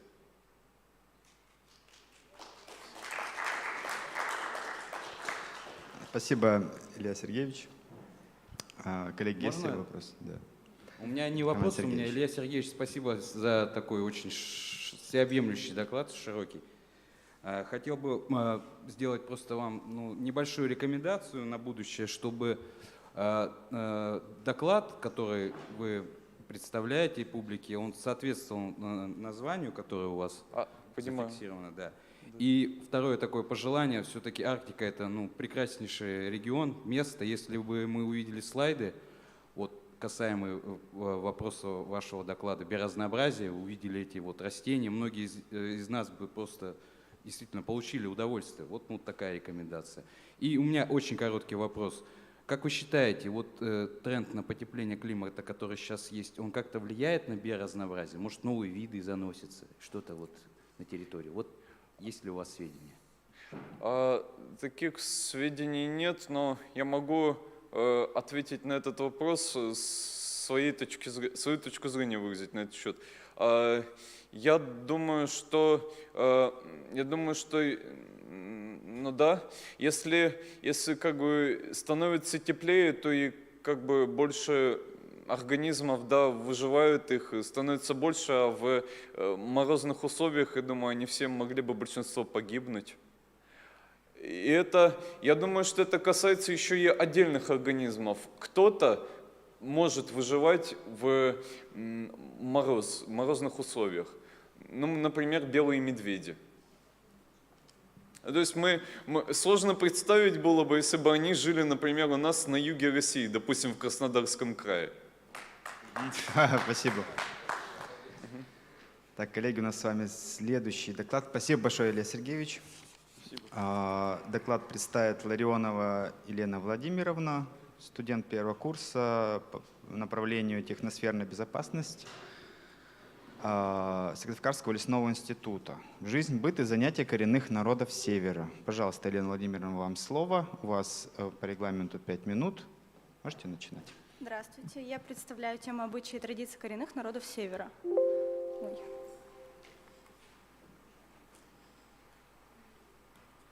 Коренные народы Севера России – это представители 17 разных народов. Первые жители, которые пришли на эту землю более 30 тысяч лет назад, так и остались здесь. В настоящее время коренные народы Севера России немногочисленны. Каждый из этих народов самобытен. Они отличаются друг от друга индивидуальным родным языком, традициями, привязанностями, культурным и социологическими институтами и ценностями. По данным последней переписи населения, их насчитывается около 260 тысяч человек. Жизнь народов Севера. Земля Севера и Дальнего Востока малопригодна для сельского хозяйства. Селения в основном расположены у берегов заливов, озер, рек, так как работают у них только морские и речные торговые пути. Время, по которому можно доставлять товар в поселки через реки, сильно ограничено. Реки быстро замерзают, многие становятся пленниками природы на долгие месяцы. Также затруднительно попасть к ним в поселки кому-либо с большой земли. В это время достать уголь, бензин, а также необходимые товары можно только с помощью вертолетов, но это не всем по карману. Народы Севера России соблюдают и чтут вековые традиции и обычаи. Это в основном охотники, рыболовы, оленеводы. Несмотря на то, что они живут по примерам и учениям своих предков, в их быту присутствуют вещи из современной жизни. Радио, рации, бензиновые лампы, моторы на лодках и многое другое. Возьмем в пример Долган. Помимо традиционного шаманизма и обожествления природы, сохранились анимистические представления. Они до сих пор поклоняются сайтанам, необычной формы камням, деревьям и другим предметам, которые считались покровителями охотничьего и рыболовного промысла. Работа и промысел у некоторых народов Севера развит китобойный промысел, но им занимаются лишь чукчи и эскимосы. Очень популярный вид дохода – зверофермы. На них разводят песцов, норок. Их продукцию используют в пошивочных мастерских. Из них делают как национальную, так и европейскую одежду. Охота – круглогодичный промысел. Народы Крайнего Севера России зимой охотятся на лыжах. Они берут с собой маленькие санки для снаряжения. Везут их в основном собаки, чаще охотятся в одиночку, редко в компании.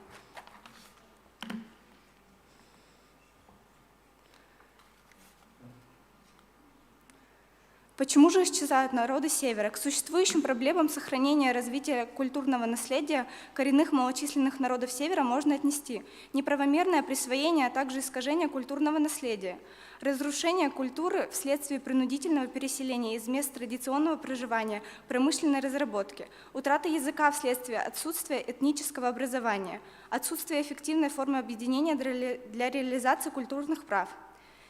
Чтобы избежать незаконного присвоения и неверного толкования культуры, необходимо обеспечить эффективное участие коренных малочисленных народов Севера в процессах принятия решений, организации проектов, связанных с их культурным наследием. Для решения проблемы сохранения культуры при отчуждении земли традиционного проживания коренных малочисленных народов Севера в промышленных нуждах видится необходимым принять комплексный федеральный закон, который обеспечит эффективную площадку взаимодействия ресурсодобывающих компаний и коренных малочисленных народов, установит обязательность проведения не только экологического, но и этнологической экспертизы, а также обеспечит достойную компенсацию членам общин при их переселении. Возможность восстановления языка тесно связана с его освоением подрастающим поколением, а значит, система образования. Представляется необходимым разработать единый федеральный стандарт образования в кочевых школах и внедрить практику подобного обучения всех субъектов Российской Федерации, где проживают коренные малочисленные народы Севера, что позволит избежать вымирания уникальных языков и культуры этих народов. Политика государства должна придавать большое значение защите культурных прав коренных народов. Предоставляется недопустимым отдавать приоритет экономическому развитию страны и разработке полезных ископаемых, ставя под угрозу существование народов из древне проживающих на территории Арктики. Принудительное изъятие земель традиционного проживания аборигенов без каких-либо гарантий сохранения их культурного наследия не может производиться только или преимущественно в целях получения выгоды другими частными субъектами, деятельность которых лишь обосредованно служит интересам общества. У меня на этом все. Спасибо большое, Елена Владимировна. Коллеги, есть ли вопросы? Есть, да, пожалуйста, Николай Ильич. Спасибо за доклад. Такой позитивный, положительный посыл, конечно, в заключении. У вас в одной из причин, так сказать, деградации культуры, да, и уменьшения численности коренных народов Севера указано как принудительное переселение. Насколько мне известно, почти все коренные народы Севера ведут кочевой образ жизни. Как их можно принудительно переселить? Ну, они могут остановиться на определенной точке места жительства, и там, допустим, производят добычу угля или нефти, и их переселяют, когда они этого не хотят. Я вас понимаю, проблема в другом. Для большинства, скажем так, народностей стоянка здесь или в 2 километрах, она не принципиальна. Плюс есть такие примеры, не знаю, бывали ли в национальном парке Юга-2, где есть такое месторождение желанное, называется, где кварц добывают еще с середины 20 века. И там, получается, гора Баркова, она выделена как такой анклав, да, из территории национального парка. Там до сих пор идет разработка этого кварца. Буквально, ну, наверное, в 3-4 километрах по прямой у основания этой горы стоит стоянка 6-й бригады Саран-Паульского колхоза оленеводов. Вот мне не очень просто понятно вот этот вот факт, как вы это видите, вот, насколько это соответствует действительности.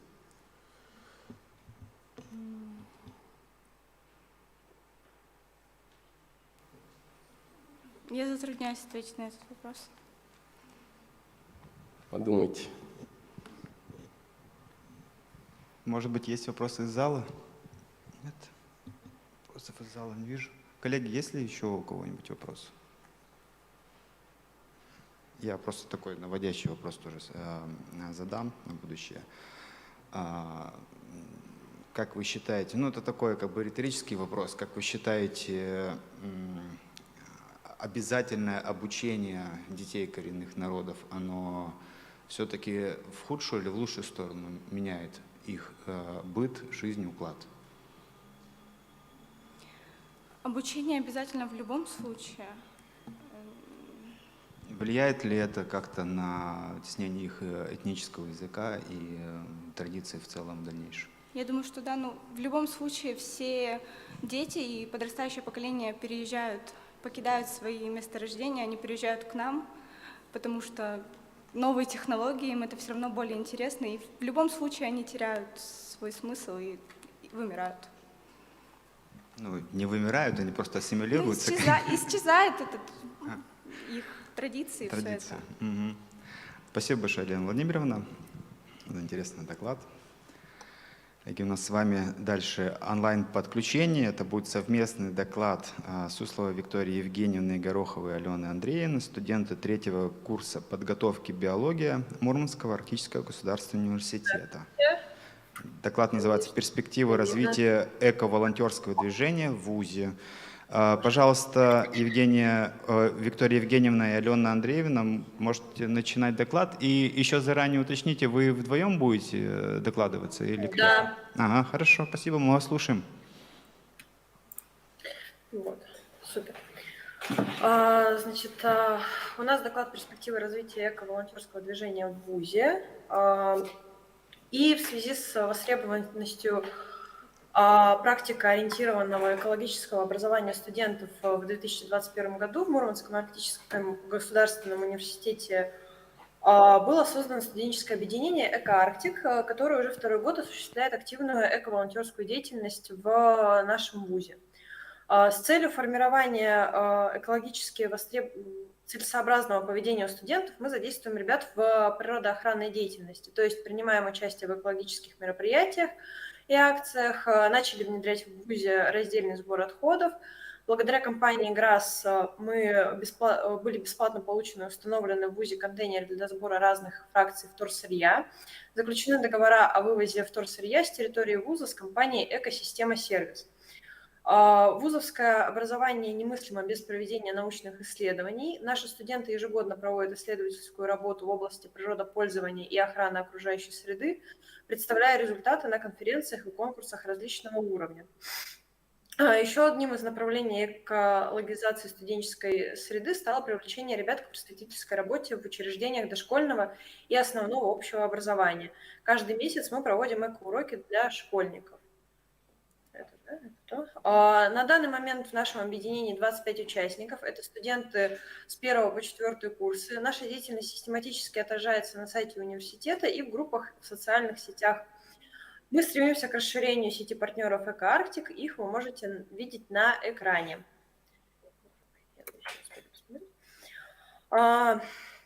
Одним из направлений нашей волонтерской деятельности является экологическое просвещение школьников. За 2022 год ребятами из нашего объединения проведено 18 экоуроков в различных образовательных организациях города Мурманска. Данная работа осуществляется в ВУЗе, совместима с Центром экологических инициатив «Чистая Арктика».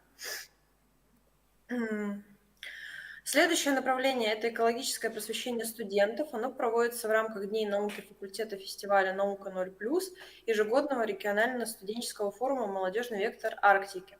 Это разнообразные эко-квесты, квизы, акции и эко-лекции, от изготовления забавных эко-травянчиков до научно-популярных лекций на тему экотревожности и внедрения раздельного сбора отходов. В рамках экологического волонтерства студенты объединения «Эко-Арктик» принимают активное участие в мероприятиях по очистке территории города от мусора. В связи с климатическими особенностями нашего региона данная деятельность проводится в сентябре-октябре и мае-июне. За 2022 год студенты объединения приняли участие в 11 субботниках. 2 раза в месяц мы проводим акции по сбору вторсырья. Собранный общими усилиями пластик передается в экосистема сервис для последующей переработки. В 2022 году в нашем ВУЗе впервые была организована эко-акция «Папки. Вторая жизнь». Собранные на кафедрах пластиковые папки были переданы студентам для оформления своих учебных работ.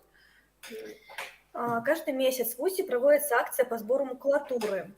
В 2022 году наше объединение поддержало всероссийскую акцию «Миллион Родине», в рамках которой за один месяц было собрано около 400 килограммов макулатуры. Средства, собранные от сдачи макулатуры, были направлены на благотворительность детям из детских домов Луганской и Донецкой народных республик. Чтобы понимать экологические события, происходящие в мире, члены объединения регулярно участвуют в научных мероприятиях. Студенты получают возможность обсудить экологические проблемы со специалистами в формате диалога, набраться опыта и научиться разговаривать на своем профессиональном языке. Ежегодно наше объединение принимает участие в эко-конкурсах. Мы участвовали в сборе отходов на скорость в рамках проекта «Чистые игры», являемся призерами региональных эко-квизов. В 2021 году студенческое объединение «Эко-Арктик» стало победителем всероссийского конкурса «Лучший эко-волонтерский отряд». В 2022 году стали призерами номинации «Добрая команда» конкурса «Доброволец Мурманска». Также в 2022 году студенческое объединение «Эко-Арктик» стало победителем регионального конкурса «Студент года» в номинации «Добровольческое объединение». В 2022 году мы начали работу по продвижению нашего объединения, разработали сувенирную продукцию из вторсырья, брелки, магниты и обучающие макеты. Данная продукция представляется нами на выставках студенческих объединений в рамках Дня первокурсника, на научно-практических конференциях и других мероприятиях. Наш вуз входит в Ассоциацию зеленых вузов России, где студенты обмениваются опытом. Один раз в 2 недели на федеральной платформе выкладываются эко-задания, выполняя которые вузы зарабатывают баллы и рейтинг. Победители рейтинга приглашаются в всероссийский слет зеленых вузов и получают подарки от ассоциации. Каждое задание сопровождается аннотацией, содержит рекомендации по его выполнению. Например, в ноябре 2022 года нами проведен конкурс эко-плакатов в ВУЗе, за который получено 50 баллов в рейтинг. Среди заданий для студентов – создание эко-видеороликов, проведение эко-уроков, организация эко-мероприятий за пределами вуза и другие. С 2022 года наши ребята вошли в проект «Арктический волонтер», пройдя обучение и получив удостоверение общественных инспекторов по охране окружающей среды. Основная работа волонтеров проекта – это помощь в наблюдении за состоянием окружающей среды в регионе, отслеживание нарушений. На наш взгляд, развитие экодобровольчества в ВУЗе является одним из перспективных направлений деятельности. Спасибо за внимание. Спасибо большое за столь информативный и интересный доклад. Коллеги, есть вопрос? Вячеславовна, пожалуйста. Спасибо большое за доклад. Дело в том, что в прошлом году я точно так же была экспертом, поэтому я помню, что если не вы, то с вашего института был подобный доклад.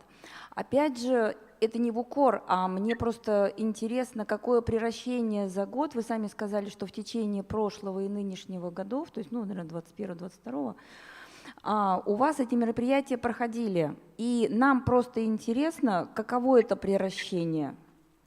Вы стали больше, например, собирать, или охват участников у вас больше, или охват там фракций больше.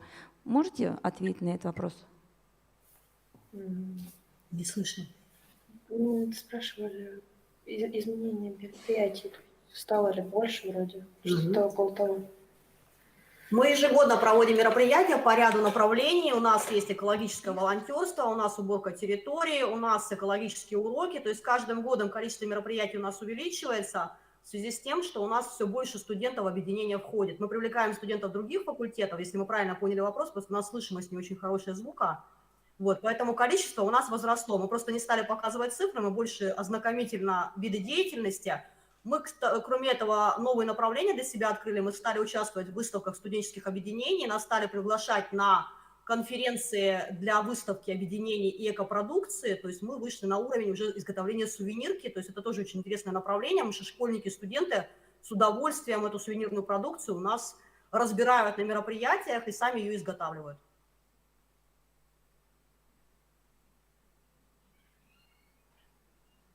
Спасибо большое. Еще уточните, пожалуйста, про экопродукцию, которую вы говорили. Это просто какая-то сувенирная продукция или это сувенирная продукция на основе переработанных материалов? Мы используем как бы отходы вроде бы ненужные, скажем так, в быту, да, например, вот магнитные рамки. То есть студенты у нас собирали рамки, да, от магнитиков, которые они ездили как бы, ну, в отпуска, да, привозили. Рамки с выборов, то есть ненужные рамки они сдавали, у нас ребята изготавливали этикетки, где писали различные фразы о бережном отношении к природе с логотипом объединения, пропагандируя экологические, опять же, воззрения. И вот эти магнитики мы их формировали, красиво распечатывали на цветном принтере и раздавали, опять же, другим участникам. Это брелоки мы делали, то есть нам отдали много цепочек, получается, при ликвидации магазина нам отдали пакет цепочек, которые можно использовать для брелоков. У нас был ламинатор, и мы тоже, опять же, ламинировали элементы природы своего объединения и изготавливали брелоки. То есть как бы эта продукция у нас, скажем так, из того материала, который не нужен, да, когда-то стал вторсырьем. В этом году, например, нам отдали при ликвидации магазина Бувнова много следочков, и мы делали экотравянчики с ребятами, то есть тоже на ура использовали тот продукт, который собирались выкинуть в магазины как ненужный. Как для Спасибо большое за столь подробный ответ. Коллеги, есть вопрос? Да, еще один. Роман Сергеевич, пожалуйста, можете задать. Вы сказали, что студенты получают задания еженедельные, да? И должны их выполнять экологически. Правильно я понял, да? Что еженедельно получают задания студенты? Да, на платформе не каждую неделю, раз в 2 недели, иногда раз в месяц выкладывается новое задание, то есть платформа активна, туда может добавиться. Это я понял. Скажите, пожалуйста, а какое самое сложное задание было, которое вы выполнили? Ну, для нашего вуза самое сложное было сделать видеоролик и выложить его, не сделать видеоролика, а выложить видеоролик пропагандистский на странице нашего вуза. То есть у нас, например, вуз не выкладывает пропагандистские ролики. Мы можем это выкладывать в группах объединения, в группе кафедр, а на странице вуза у нас, например, невозможно это сделать, и нам, соответственно, баллы не начислили. То есть мы ведем работу пока, как это задание выполнить, пока его не выполнили. А вот эко-уроки, там, эко-плакаты, да, сбор вторсырья на скорость, там, на массу, для нас это не проблема, то есть это мы часто проводим в вузе постоянно. Спасибо. Мария Ивановна, можете задать я вопрос. хочу поблагодарить вас за доклад. С большим интересом наблюдаем за развитием вашего волонтерского движения в вашем вузе. Огромные, ну, такие хорошие цели оно ставит перед собой. И прежде всего это именно воспитание молодежи, ответственного отношение к окружающей среде и ответственного потребления. Ну, для себя, конечно, выделила те задачи, которые вы пытаетесь решать. Это уборка территории, сортировка, то есть отходов. То есть, и вот такой у меня вопрос. Никогда ли вы не задумывались и не ставили такой целью перед вашим движением более серьезно, а это именно сокращение образования вот этих твердых коммунальных отходов в плане именно перехода на более экологичные виды упаковки и работа такая более просветительская, пояснительная с производителями товаров, например, местных на вашей территории, с тем, чтобы, например, производители переходили на более экологичные виды упаковки, то есть исключение вспененного пластика, там какие-то биоразлагаемые упаковки. Ну вот в таком направлении. Не думали вот проводить вашу работу? Да, спасибо за вопрос. Мы сейчас, вот, когда задумались о рейтинге вообще зеленых вузов, мы увидели один из показателей, например, это ответственные закупки. То есть с этого года, например, наш вуз начинает ответственные закупки, мы закупаем, допустим, моющие средства, в частности, фирм, которые имеют, опять же, сертификацию экологическую. Что касается снижения вот этого экоследа, да, и с другой стороны, опять же, снижения возможности использования вот этого сырья, то есть у нас, например, ребята ходят с эко-мешочками, у нас у всех есть эко-сумки, то есть это у нас раздается в ВУЗе, даже на День первокурсника в этом году студентам вручили, подарили всем эко-сумки.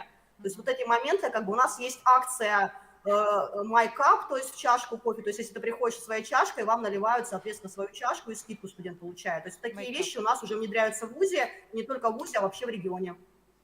Спасибо, здорово.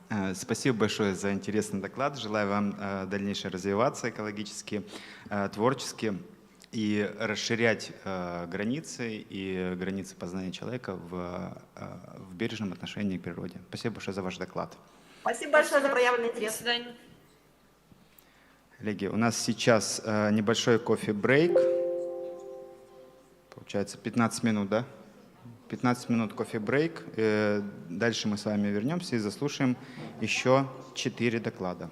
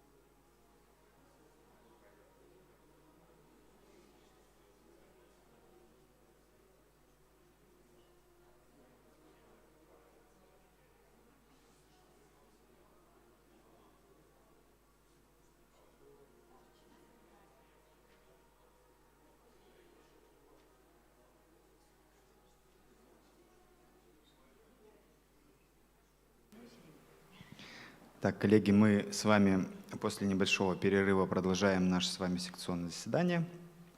И после перерыва мы с вами заслушаем доклад Оксаны Ивановны Корычевой, студента 4-го курса направления экологии и природопользования Сыктывкарского государственного университета, с докладом «Биологическая активность тундровых почв». Оксана Ивановна. Ее нету? Не было, да? Понятно. Тогда мы с вами переходим к следующему докладчику. Это Наталья Эдуардовна Псарева, студент 1-го курса подготовки техносферной безопасности Сыктывкарского лесного института. Комфортная городская среда в условиях Крайнего Севера. Пожалуйста, Наталья Эдуардовна, у вас есть 5 минут на доклад. Мы вас внимательно слушаем. Здравствуйте, я представляю тему «Комфортная городская среда в условиях Крайнего Севера». Комфортная среда – один из ключевых факторов, который влияет на качество жизни и трудоспособность населения, влияет на способность привлечения денег в регион и в конечном счете на его инвестиционную привлекательность. Особенно это касается регионов с трудными климатическими условиями, такими как в Арктике. На сегодняшний день приоритетной задачей России является развитие и создание комфортной и доступной городской среды городов Крайнего Севера, учитывая неблагоприятные климатические условия. Крайний Север характерен экстремально низкими температурами. Погоду этих местностей характеризуют достаточно длинный зимний период и морозы, сопровождающиеся сильным ветром, метелями и густым туманом. При воздействии отрицательных температур на человека возникает холодовой стресс. Это состояние, при котором жители северных городов испытывают тревогу, что снижает их общий эмоциональный фон и удовлетворенность жизнью, а также вызывает терморегулярные сдвиги, направленные на ограничение теплопотерь и увеличение теплообразования. Происходит сужение сосудов в периферических тканях. Длительное охлаждение способствует развитию заболеваний периферической нервной, мышечной систем, суставов, нейтроферических изменений в тканях. Основными проблемами городов Крайнего Севера в Арктике – холод, снег, ветер и недостаток света в полярную ночь. Для минимализации воздействия холода рекомендуется максимально использовать солнце, хоть и на севере мало солнечных дней. На теневых зонах располагать закрытые павильоны и парковки, а на солнечных островах создать открытые площадки. Также на восприятие холода зависит не только сезон, температура и ветер, а цвет, материалы и ассоциации, которые являются важными психологическими инструментами, создать ощущение уюта и тепла. Для этого рекомендуется использовать деревянные материалы, теплые цвета и цветные освещения.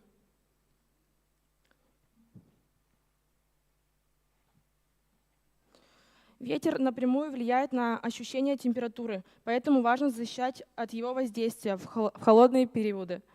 Для этого архитекторы предлагают выявить преобладающие направления ветров, проанализировать окружающую застройку и создать ветрозащиты. И снег – главный атрибут зимы. Он создает сказочную атмосферу, но вместе с тем приносит ряд проблем, таких как транспортные коллапсы, труднопроходимые сугробы. Для решения проблем нужно проанализировать количество выпадаемого снега, учитывать параметры и размеры специальной техники для уборки снега и определить места для хранения снега. Исходными условиями настоящего исследования является то, что территория Крайнего Севера и Арктики занимает большую часть территории Российской Федерации и имеет стратегическое и экономическое значение для страны. В то же время данные территории остаются наименее освоенными, сохранившими исторически сложившиеся этнокультуры системы и нетронутые участки биосферы. Спасибо. Спасибо большое, Наталья Эдуардовна, за столь информативный и короткий доклад. Коллеги, есть ли созревшие вопросы? Я думаю, что времени у нас много, можно подумать. Татьяна Вячеславовна, пожалуйста. Очень хочется похвалить за красоту. Действительно, очень эффектная презентация. Скажите, пожалуйста, вот вы говорите про комфортную городскую среду. Быть может, кроме цветного жилья, еще можно немножко туда еще и зелень прибавить? Было известно в свое время в Воркуте, когда были большие деньги, как раз устраивались теплицы и такие ботанические сады. Вот мне кажется, еще и присутствие таких вот зеленых зон возможных максимально. То есть это могут быть кустарники, это могут быть какие-то декоративные цветы. Ну и если это будут там теплицы, биосады, это будет, наверное, плюсом, правда? Да, озеленение тоже. Да, и вот если в перспективе, то есть это направление очень интересное. В свое время у меня дипломник защищал диплом на эту тему. И было исследование по поводу состояния здоровья, когда человек наблюдает на вот такие красивые картинки и серые картинки. И доказано медиками, что, естественно, позитивный эффект от этого есть. То есть я к тому веду, что развитие вашего доклада может нести и исследовательскую ниточку. И поэтому здесь можно еще и биоту подключать, не только здание, но еще и биоту. Ну и комплексное исследование, оно только в плюс будет вам. Поэтому спасибо. И я думаю, что вы учтете. Спасибо.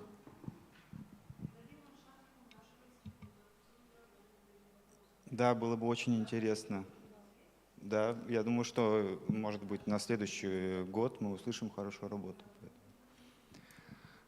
Еще такой вот небольшой вопросик, Наталья Эдуардовна.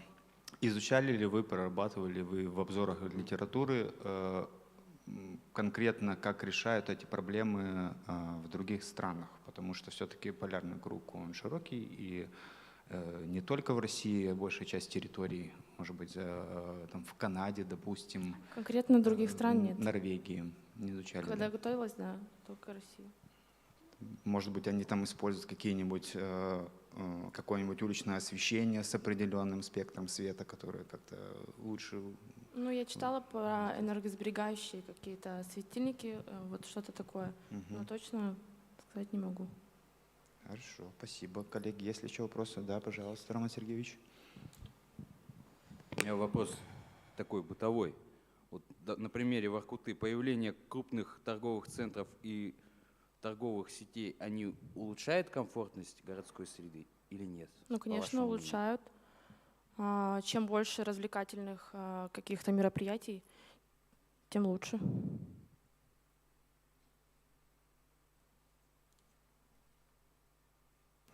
Спасибо. У нас вопросы закончились, да? Из зала, может быть, есть вопросы? Нет, докладчика, нет вопросов. Спасибо большое, Наталья Эдуардовна, за этот интересный доклад. Следующий доклад у нас представит Илья Владимирович Чугаев, студент первого курса подготовки агроинженерия Сыктывкарского лесного института. Животные Арктики, особенности их обитания. Пожалуйста, Илья Владимирович, у вас 5 минут на доклад. Можно даже чуть-чуть больше, потому что у нас, в принципе, время позволяет. Большое спасибо. Сегодня я представляю вам одну из тем, касающихся экологии Арктики. Животные Арктики, особенности их обитания. Тема посвящена животным Арктики и тому, как на них влияет человеческий и природный фактор. В качестве примера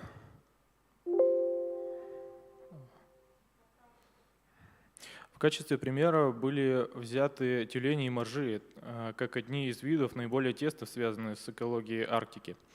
Поскольку тюлени и моржи довольно восприимчивы к факторам окружающей среды, их биологические показатели могут отражать некоторые экологические проблемы.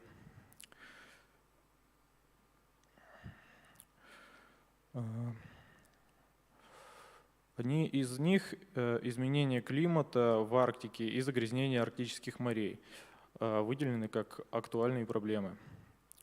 Основная цель данной темы является особенности обитания животных Арктики на примере тюленей и моржей.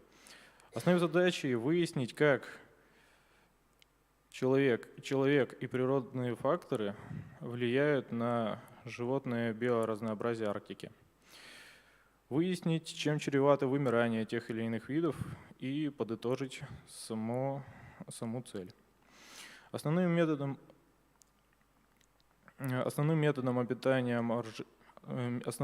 обитания моржей являются береговые воды, где они находят пропитание в виде рачков, моллюсков и червей.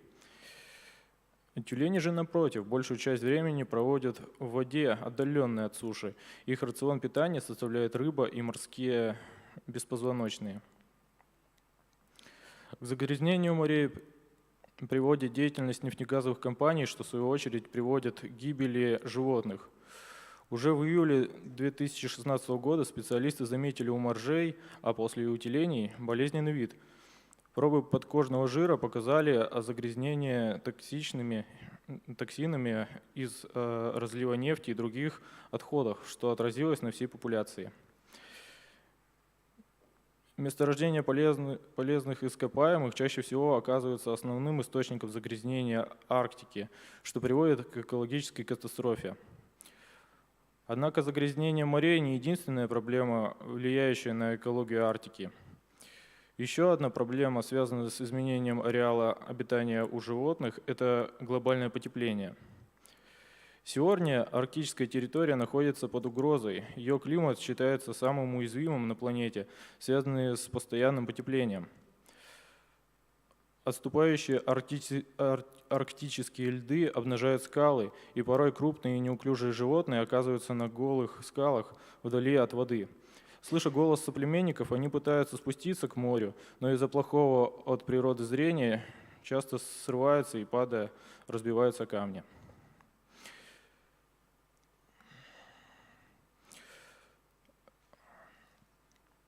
Десятки тысяч тюленей погибают в Арктике из-за глобального потепления. Опасность заключается не только в таянии вечной мерзлоты, что приводит к дополнительным выбросам парникового газа, но также в нарушении экосистемы, сокращении и даже исчезновении источников пропитания для всех северных животных. Из-за активного освоения Арктики людьми появилось множество экологических проблем, и вышеуказанные только одни из основных. Если не изменить характер деятельности и не проводить природоохранные действия, то Арктика и ее обитатели для людей будут потеряны навсегда. Большое спасибо. Спасибо большое, Илья Владимирович. Да, действительно, доклад очень актуальный и чрезмерно такой щепетильный. Коллеги, у нас есть вопросы? Да, пожалуйста, Николай Ильич. Добрый день, спасибо за доклад. Хотелось сначала уточнить, кого вы подразумеваете под тюленями. У вас вот указано моржи и тюлени. Тюлени группа довольно большая, вот хотелось понять. Под тюленями я чаще всего подразумеваю это ушастый тюлень и белуга. Вот. Это основные, на мой взгляд, это основной подвид тюленей, которые чаще всего встречаются в Арктике. Внесу корректировочку, не белуга, а белуха. Белуга – это рыба. Это раз, а во-вторых, белуха – это китообразная. Нерпа, извиняюсь. Нерпа. Хорошо. Собственно, какие меры вы бы вот так от себя, скажем, да, порекомендовали для защиты этих, безусловно, важнейших обитателей Арктики? Забыл также в презентации указать то, что ежегодно на тюленей и моржей открывается охота, а посему оно перерастает в браконьерство. Это также следует заметить и пресекать подобные несанкциональные действия в отношении этих животных. Тогда в продолжение, в развитии этого ответа вопрос, а кто у нас занимается браконьерством, скажем так? Браконьерством это чаще всего охотники за клыками и мясом. Более подробно не могу сказать. Хорошо, спасибо. Тут на самом деле такой спорный вопрос получается, потому что большая часть людей, которые там можно приписать к браконьерству или чрезмерному отлову, это коренные жители. На самом деле, да, если развить эту тему, большая часть квот выделяется именно малым арктическим, северным народам, да. У них действительно есть квоты для сохранения своего традиционного образа жизни, но браконьерством это назвать сложно.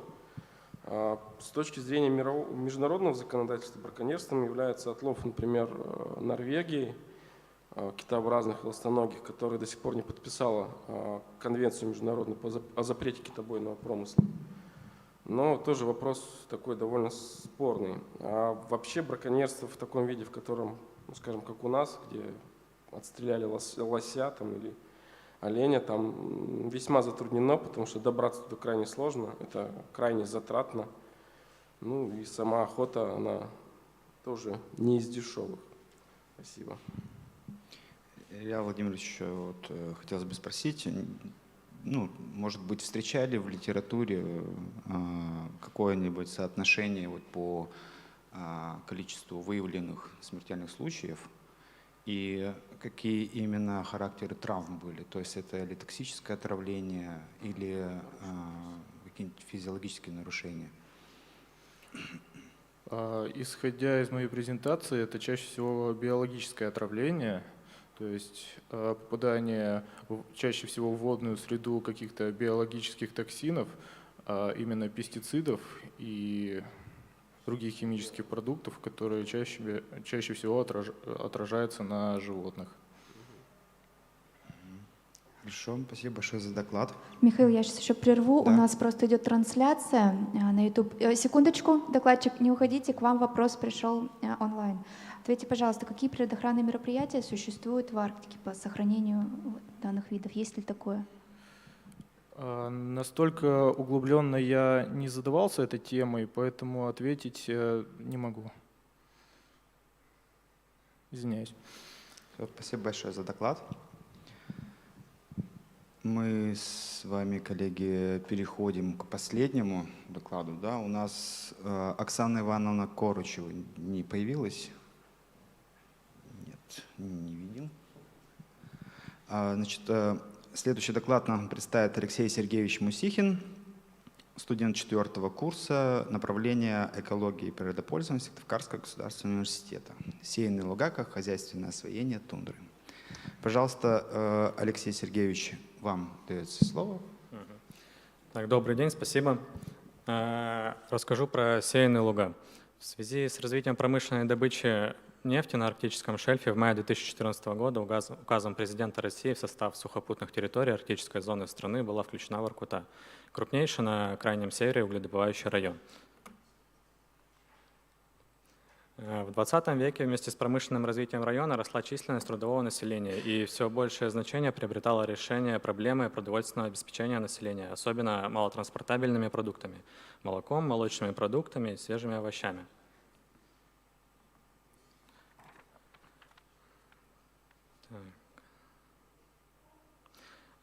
Для снабжения свежими овощами в послевоенные годы было создано тепличное хозяйство. Организовано несколько заполярных животноводческих совхозов мясомолочного направления, базировавшихся на привозных кормах. Правда, на корм выращивали в Заполярье овсяно-гороховую смесь, традиционную в таежной зоне.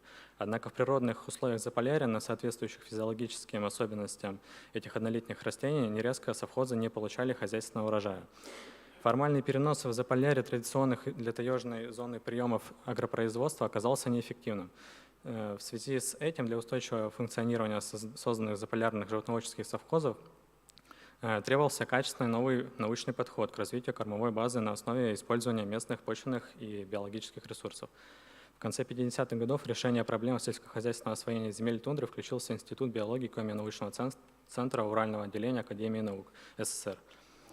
Опытные работы проводили на землях воркутинских совхозов комбината Воркута-Уголь, центральный и западный. Комплексные исследования группы сотрудников под их руководством Хантимера за несколько лет интенсивных исследований разработали метод заложения, то есть создание сеянных многолетних лугов. Для подбора многолетних трав в созданном коллекционном питомнике было испытано 40 видов растений, из которых устойчивыми оказались 2 вида злаков местной популяции. Это мятлик луговой и лесохвост луговой. При сельскохозяйственном освоении почвы материковой тундры в Воркутинском районе Хантимер предложил многократную обработку дисковой, а затем рельсовой бороной, что дало возможность провести измельчение растительного покрова и перемешивание растительных останков с верхним слоем почвы. Уничтожение теплоизолирующей лишайниково-моховой подстилки способствует изменению режима промерзания и оттаивания. В результате почва быстрее оттаивает и сбрасывает избыточную влагу. В связи с этим увеличивается его воздуха и водопроницаемость. Уход за сеянным лугом осуществляется весной или осенью внесением минеральных удобрений. Уборку трав ведут в конце июля. На базе глеево-тексотропного слоя под влиянием многолетних трав и внесения удобрений быстро оформляется новый плодородный слой мощностью 18-20 см.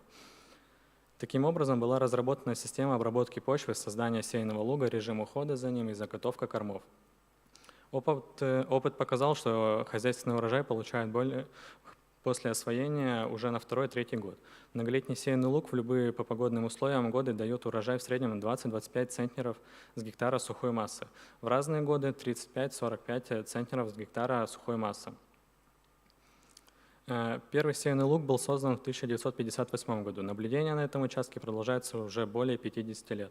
Как показали наблюдения, в течение первых 40 лет хозяйственное использование сеянный луг характеризовался высокой продуктивностью, сохраняя высокую начальную продуктивность трав без периодической обработки почвы и пересева трав, то есть без традиционно используемой таежной зоне коренного улучшения эксплуатируемых лугов, что существенно отличает созданную Заполярьем многолетнюю агроэкосистему от краткосрочного в таежной зоне посева трав в системе севооборота. Итак, к концу 60-х годов был научно обоснован, внедрен в практику комплекс сельскохозяйственного использования внепойменных тундровых земель с учетом особенностей природно-климатических условий и свойств почв. В первое десятилетие после внедрения площадь сеянных лугов составила около 2000 гектар, увеличиваясь в последующие годы. В 70-е годы метод залужения стал активно внедряться в совхозах Заполярья. Метод залужения привлек внимание российских и зарубежных ученых. Он был использован в Якутии. Первый залуженный участок был объявлен заказником, охраняемым Воркутинским комитетом охраны природы. Разработанный в Институте биологии способ освоения тундровых земель показал экономическую эффективность.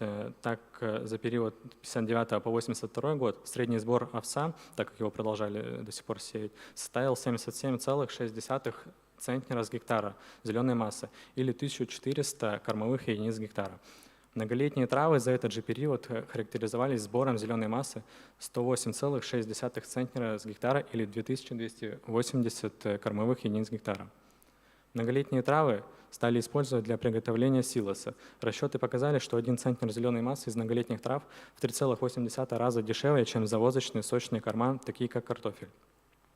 Завоз сочных кормов был практически прекращен. В совхозе «Центральный» на каждый гектар многолетних сеянных лугов годовой экономический эффект составил 849 рублей. Достигался он за счет большей урожайности и меньшей себестоимости многолетних трав. Если учесть, что площадь сеянных лугов к началу 80-х годов достигла только в этом совхозе 10 тысяч гектар, то прибыль была заметна. Однако с началом рыночных преобразований в стране внимание к поддержанию, тем более развитию сельского хозяйства в Заполярье резко упало. К 1998 году в связи с экономической перестройкой в стране перестали функционировать совхозы производственного объединения «Воркута-Уголь». На участках стационарных наблюдений были прекращены внесение удобрений и уборка трав. Тем не менее, по продолжающимся наблюдениям луга устойчиво функционируют, продуктивность сохраняется на достаточно высоком уровне, около 16-17 центнеров с гектара сухой массы. Многолетние сеянные луга перешли на стадию самовоспроизводства. Вот так вот на данный момент выглядят сеянные луга. Эту фотографию делал я, когда в 2022 году, в конце сентября, ездил в Воркуту на исследование. Как показала многолетняя практика, предложение ученых Института биологии по созданию местного кормопроизводства в условиях Крайнего Севера на базе многолетних сеянных лугов прошло стадию длительной коммерциализации и показало высокую хозяйственную и социально-экономическую эффективность. Север будет оставаться объектом комплексного промышленного освоения его богатых недр, а значит, потребуется восстановление ранее созданной агропроизводственной базы в Заполярье. Воркута может и должна стать базой для успешного развития агропроизводства, обеспечивающего решение продовольственной проблемы в комплексе освоения арктического шельфа. На этом все. Мой доклад окончен. Спасибо за внимание. Спасибо, Алексей Сергеевич, за такой информативный, подробный доклад. Коллеги, я думаю, что у нас будет много вопросов. Да? Николай Ильич, прошу. Спасибо, да, за доклад. Действительно было интересно, довольно всеобъемлюще, скажем так. Можете сказать, какова общая площадь сеянных лугов под Воркутой? На данный момент? Ну, можно и в исторической ретроспективе, можно и сейчас. Как я говорил, в конце 80-х площадь составила уже около 10 тысяч гектар, но на данный момент она немного уменьшилась близ пойм рек. Вот. За счет чего? В связи с тем, что удобрения перестали вноситься. Ну, что происходит с лугами, по-другому сформулирую? Повторите? Что происходит вот с этими лугами? Площадь уменьшается, значит, что-то, вот какая-то выпадающая площадь, с ними что-то, какая-то происходит трансформация. Вот какая? Что с ними происходит?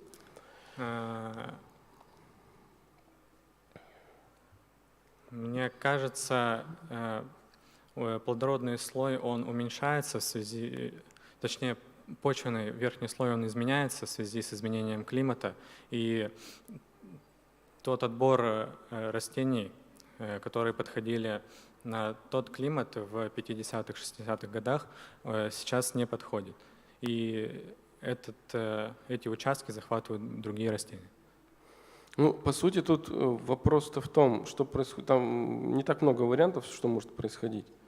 Вопрос в том, в какую стадию эти луга переходят. То есть они становятся пойменными, припойменными, либо придет сукцессия уже, да, собственно, к тундровым экосистемам. По большому счету там вариантов больше нет. Это еще? Спасибо. Роман Сергеевич. Ну, вот вы сказали, что в прошлом году, да, на этих участках, а по вашему вот зарастанию вником, оно насколько интенсивно? Есть ли где-то так существенное зарастание? То есть если их обратно в оборот не запускать эти территории, за сколько они могут зарасти? Есть какая-то оценка? Могут ли зарасти? Мне кажется, зарасти они могут и в течение 50 лет.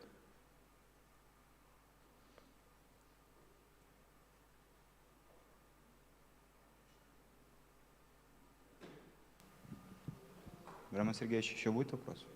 Нет, очень хорошо. Анна Вячеславовна? Да, все хорошо. Да. Единственный научный доклад. Есть еще вопрос из интернета, вопрос от наших зрителей. Сейчас в Коме стоит проблема с борщевиком. Как его вывести? Может, есть информация, добрался ли борщевик до Воркуты и вообще были ли его попытки выращивания в тундре? Нет, до Воркуты он не добрался. Попытки его выращивания в тундре как таковых я не знаю, по крайней мере. Как с ним бороться? Я на самом деле не вижу смысла им бороться. Он занял свою нишу там, во оврагах, в канавах, каких-то неиспользуемых полях. Если нужна будет необходимость его вывести, мне кажется, не нужно его там вырубать, скашивать там, или еще что-то. Нужно просто привести с места, откуда его завезли, насекомых, которые его поедают. И все.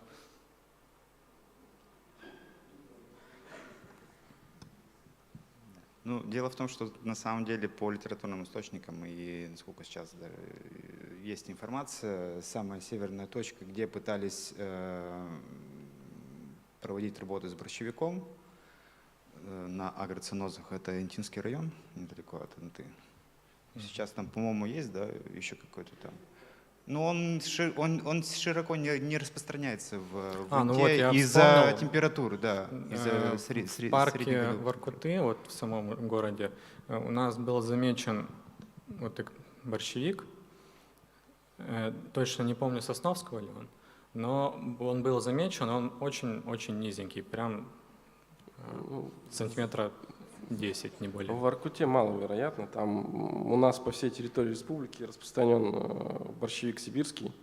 Ну, естественный вид, который у нас всегда рос. Он имеет определенное сходство, особенно когда небольшого размера. Ну, низенький. Да, ну, низенький, конечно. Спасибо большое за доклад. А у меня еще вопрос. Да, конечно. Просто очень интересный доклад, и, соответственно, хотелось бы еще чуть-чуть попытать докладчика. Вопрос следующий. Вы сказали, что, ну, во-первых, нужно отметить, что территория это уникальная, о которой вы сейчас рассказывали, то есть это самая северная территория, где были применены эти технологии. Впервые это уникальные технологии по фрезерованию, соответственно, применялись. Вы упомянули о том, что подобные работы проводили в Якутии. Есть ли у вас информация в Якутии или в других каких-то регионах, то, что эти подобные сейчас, собственно говоря, подобное сельскохозяйственное, допустим, использование земель производится? Есть ли где-то, что осталось в обороте это? Как я знаю, попытки воспроизвести были, но за недолжным финансированием, как я понял, они прекратились. И сейчас там больше на привозном корме.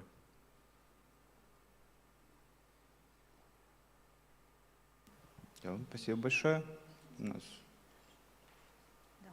Да, вы у нас студент бакалавр, да, я так понимаю? Бакалавр, да. А вы планируете в магистратуру идти? Я все еще в раздумьях. Все еще в раздумьях, понятно. Но мы желаем вам дальнейшего все-таки творческого пути. Есть, в принципе, широкое поле, где можно развернуться. Есть специалисты в этой области, которые могут всячески помочь. Так что желаем вам успехов. Спасибо большое за доклад. Спасибо. Ну, это у нас был последний доклад. Сейчас, я так понимаю, мы переходим к завершению конференции, подведению итогов диспут-площадки. Правильно, Екатерина? Правильно, я попрошу экспертную группу высказаться вообще о проведении диспута, может быть, какие-то напутственные слова еще сказать, еще раз проговорить. В общем, подвести итоги диспут-площадки. Так, ну, мне, значит, первой предоставилась возможность. Выслушав все доклады, складывается такое впечатление, что они были разделены на две категории. Одна чисто информативная о постановке проблемы, то есть есть территория, есть проблема. Как ее решать? Знак вопроса. И вторая категория – это есть проблема, и есть уже определенные решения, и какие успехи в этих решениях были достигнуты. Вот это, можно сказать, самый начальный замечательный был доклад. И к нашему вообще восторгу мы увидели единственный научный доклад, который состоял из постановки проблемы и экскурса исторического и в настоящем времени о пути решения определенной проблемы. И с точки зрения, во-первых, очень хотелось бы поблагодарить за старания. Большое спасибо, потому что сейчас время такое становится конструктивное, просто так людей сподвигнуть уже становится сложно. И если есть определенный интерес, это всегда очень приятно. Поэтому огромная благодарность всем и студентам, и их руководителям. То, что хотелось бы пожелать, это интересоваться, не быть равнодушным и пробовать находить решения. И опять же, наверное, все-таки сравниваться, как эти решения в мире происходят, и можно ли их адаптировать к нашим региональным условиям. Ну, вот, наверное, все. Спасибо. И организаторам точно так же. Огромнейшее спасибо за фильм, посвященный Герасимову. Очень приятно, что о нем помнят, и очень такое вот теплое воспоминание. Это к Дню Арктики очень кстати. Спасибо.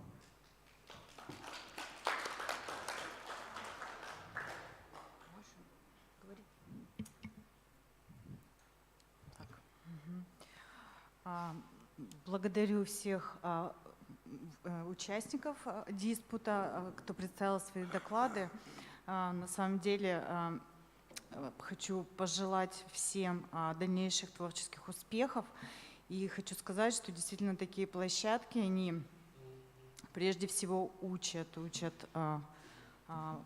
опыту публичных выступлений, да, подготавливают, так скажем, будущей активной жизни студентов и, возможно, на пороге к их будущим карьерам, да, для реализации своих амбиций, своих интересов. Это, такие мероприятия, конечно, прекрасно, что они организуются.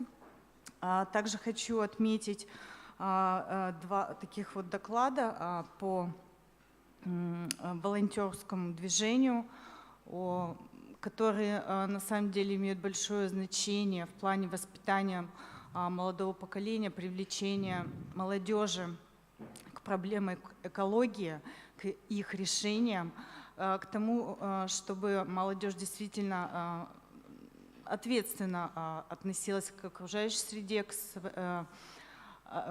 приучают к ответственному потреблению и привлекают как руководство регионов, также и промышленников к решению различных экологических проблем. И, конечно, вот такая деятельность, она достойна большого уважения. Да, и в принципе я бы пожелала, чтобы в дальнейшем такие мероприятия проводились, чтобы привлекали все больше студентов, молодых исследователей к таким мероприятиям. Также как пожелание, как совет, может быть, обращаться в Коми научный центр за возможными темами для докладов. Возможно, они будут более широкими, более глубокими, также будут учить, они будут между собой учиться тому, какой уровень должен быть, какая глубина проникновения в проблему, в тему, ее проработка. Вот. А так, я хочу всех поблагодарить, и особенно организаторов, за проведение такого прекрасного мероприятия. Спасибо. Спасибо. Так что, студенты, если вы хотите в следующем году участвовать в диспуте, но не знаете, с какой темой, обращайтесь в Институт биологии либо Институт экономики. Вот. А так, слово предоставляется Роману Сергеевичу. Да, спасибо большое, было достаточно интересно. Я для себя разбил доклады на 3 блока. Первый блок — это обзорные доклады, которые на самом деле важны, потому что они показывают нам, какая проблематика экологическая существует, обнажают некоторые вопросы, на которые по карьерам, допустим, вопросы по угледобыче, о том, что эти вопросы нужно решать нам сейчас, и в будущем эти люди, возможно, возьмутся за эту тематику на самом деле. Второе, это, конечно, важная работа уже, которая практически проводится, экодвижение, эковолонтерство по очистке территории. То есть это на самом деле люди все усилия свои к этому вопросу прилагают для того, чтобы, так скажем, те проблемы, которые были многие десятилетия, взвалили на свои плечи. И третий блок — это чисто такие научные вопросы. Отдельно выделил бы доклад про сеянные луга, действительно. Технологии, которые уже были еще в 50-е, 60-е годы, они, возможно, и в будущем будут применимы, если это будет экономическая целесообразность. И подытожи, конечно, хотел бы сказать о том, что любое самое большое дело начинается с маленького шага, и поэтому рассчитываю то, что часть докладчиков на самом деле это будет для них первый шаг для их научной работе, практической работе по улучшению экологии Арктики. Спасибо организаторам. Николай Ильич. Также хотел бы, конечно, выразить благодарность как организаторам за прекрасную возможность начинающим исследователям сделать свои доклады, получить бесценный, на мой взгляд, опыт. И, соответственно, всем участникам, причем не только выступавшим, докладчикам, но и слушателям, это тоже немаловажно, потому что взгляд на проблему с разных сторон, он всегда более продуктивен и дает, как правило, отличный результат. И такую небольшую рекомендацию всегда бы хотелось, это касается всех докладчиков, и начинающих, и уже опытных, чтобы всегда помнили, что в докладах, на презентациях надо всегда обращать внимание на детали, потому что у многих были фактически огрехи, скажем так. Большое спасибо. Спасибо. Михаил Николаевич.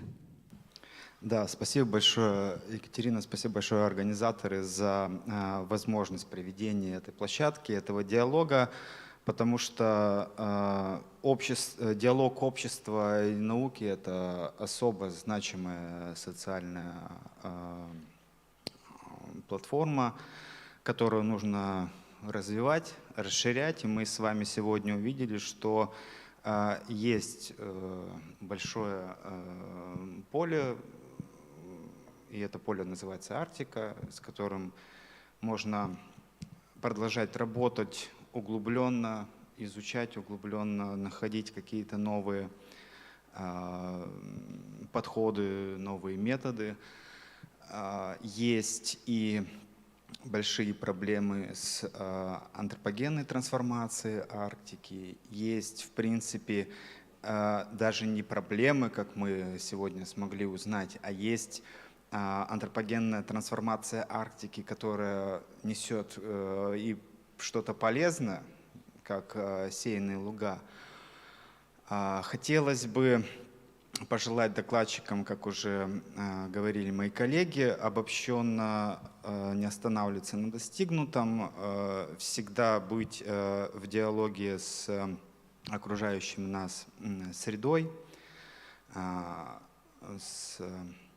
со своими, собственно, мыслями, и использовать полученные навыки в любых целях, в любых постановках жизненных задач. То есть имеем проблему, находим какую-то цель, расписываем задачи и начинаем по пунктам их решать, находим методы этих решений и приходим к какому-то завершенному финалу. Поэтому и в дальнейших работах тоже вот хотелось бы, чтобы не боялись копать чуть-чуть глубже. Все-таки кроме интернета у нас есть еще и первоисточники, к которым можно обращаться, находить более подробную какую-то информацию, которая бы значительно расширяла не только доклад, но и кругозор исследователя. Поэтому хотелось бы пожелать ребятам развиваться, стремиться, искать дальнейшие перспективы. И не забывайте, что мы живем в таком прекрасном краю, в котором очень много лесов, болот, растений, животных, с которыми можно работать, изучать, любить просто. И Поэтому охранять. спасибо. И охранять, да. Да, Спасибо большое за этот приятный дискус. Спасибо большое. Я думаю, что студенты учтут ваши предложения. Ну а теперь перейдем к приятной части, к награждению участников. Я прошу модератора площадки Михаила Николаевича выйти для вручения дипломов вот сюда. Диплом вручается Егорову Андрею Сергеевичу. Тема «Воздействие угледобывающей промышленности на тундру».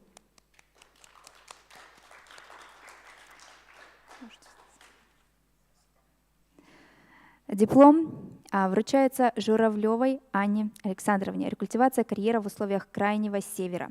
По-моему, у нас был онлайн-докладчик. Да. Диплом вручается Иголкину Илье Сергеевичу. Биологическое разнообразие северных территорий Республики Коми.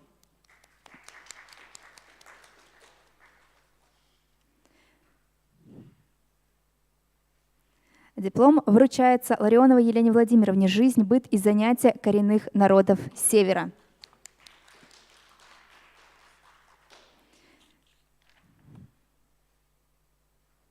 Диплом вручается Сусловой Виктории Евгеньевне и Гороховой Алене Андреевне. Перспективы развития волонтерского движения в ВУЗе, они у нас онлайн. Диплом вручается Псаревой Наталье Эдуардовне. Комфортная городская среда в условиях Крайнего Севера.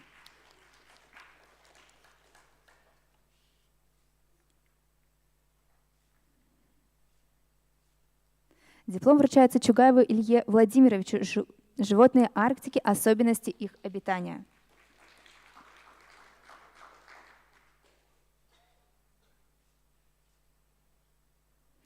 Диплом участника вручается Мусихину Алексею Сергеевичу. Сеянные луга как хозяйственное освоение тундры.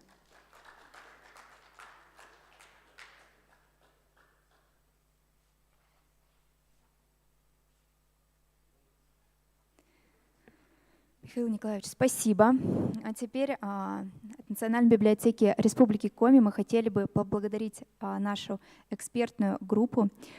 Благодарность вручается модератору нашей площадки и эксперту Михаилу Николаевичу Мигловцу.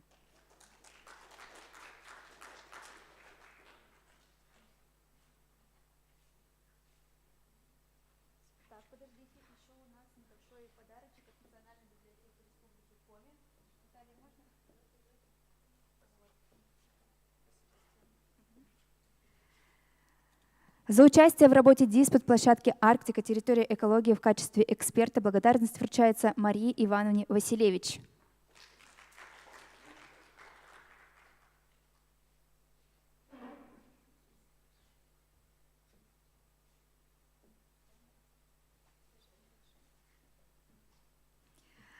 Благодарность вручается Роману Сергеевичу Василевич.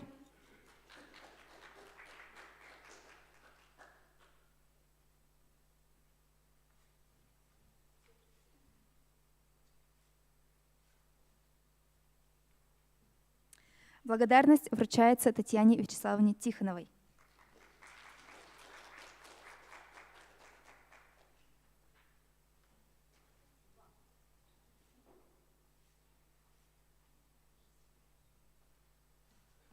Благодарность вручается Николаю Ильичу Филиппову.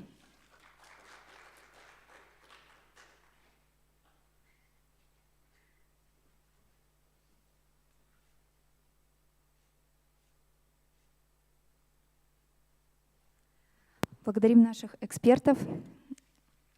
Диспут «Арктика. Территория экологии» подошел к концу. Напоминаем, что в фойе действует книжная выставка об арктическом регионе и фотозона. Мотоцикл, как вы уже увидели, на него можно садиться, фотографироваться, только очень аккуратно.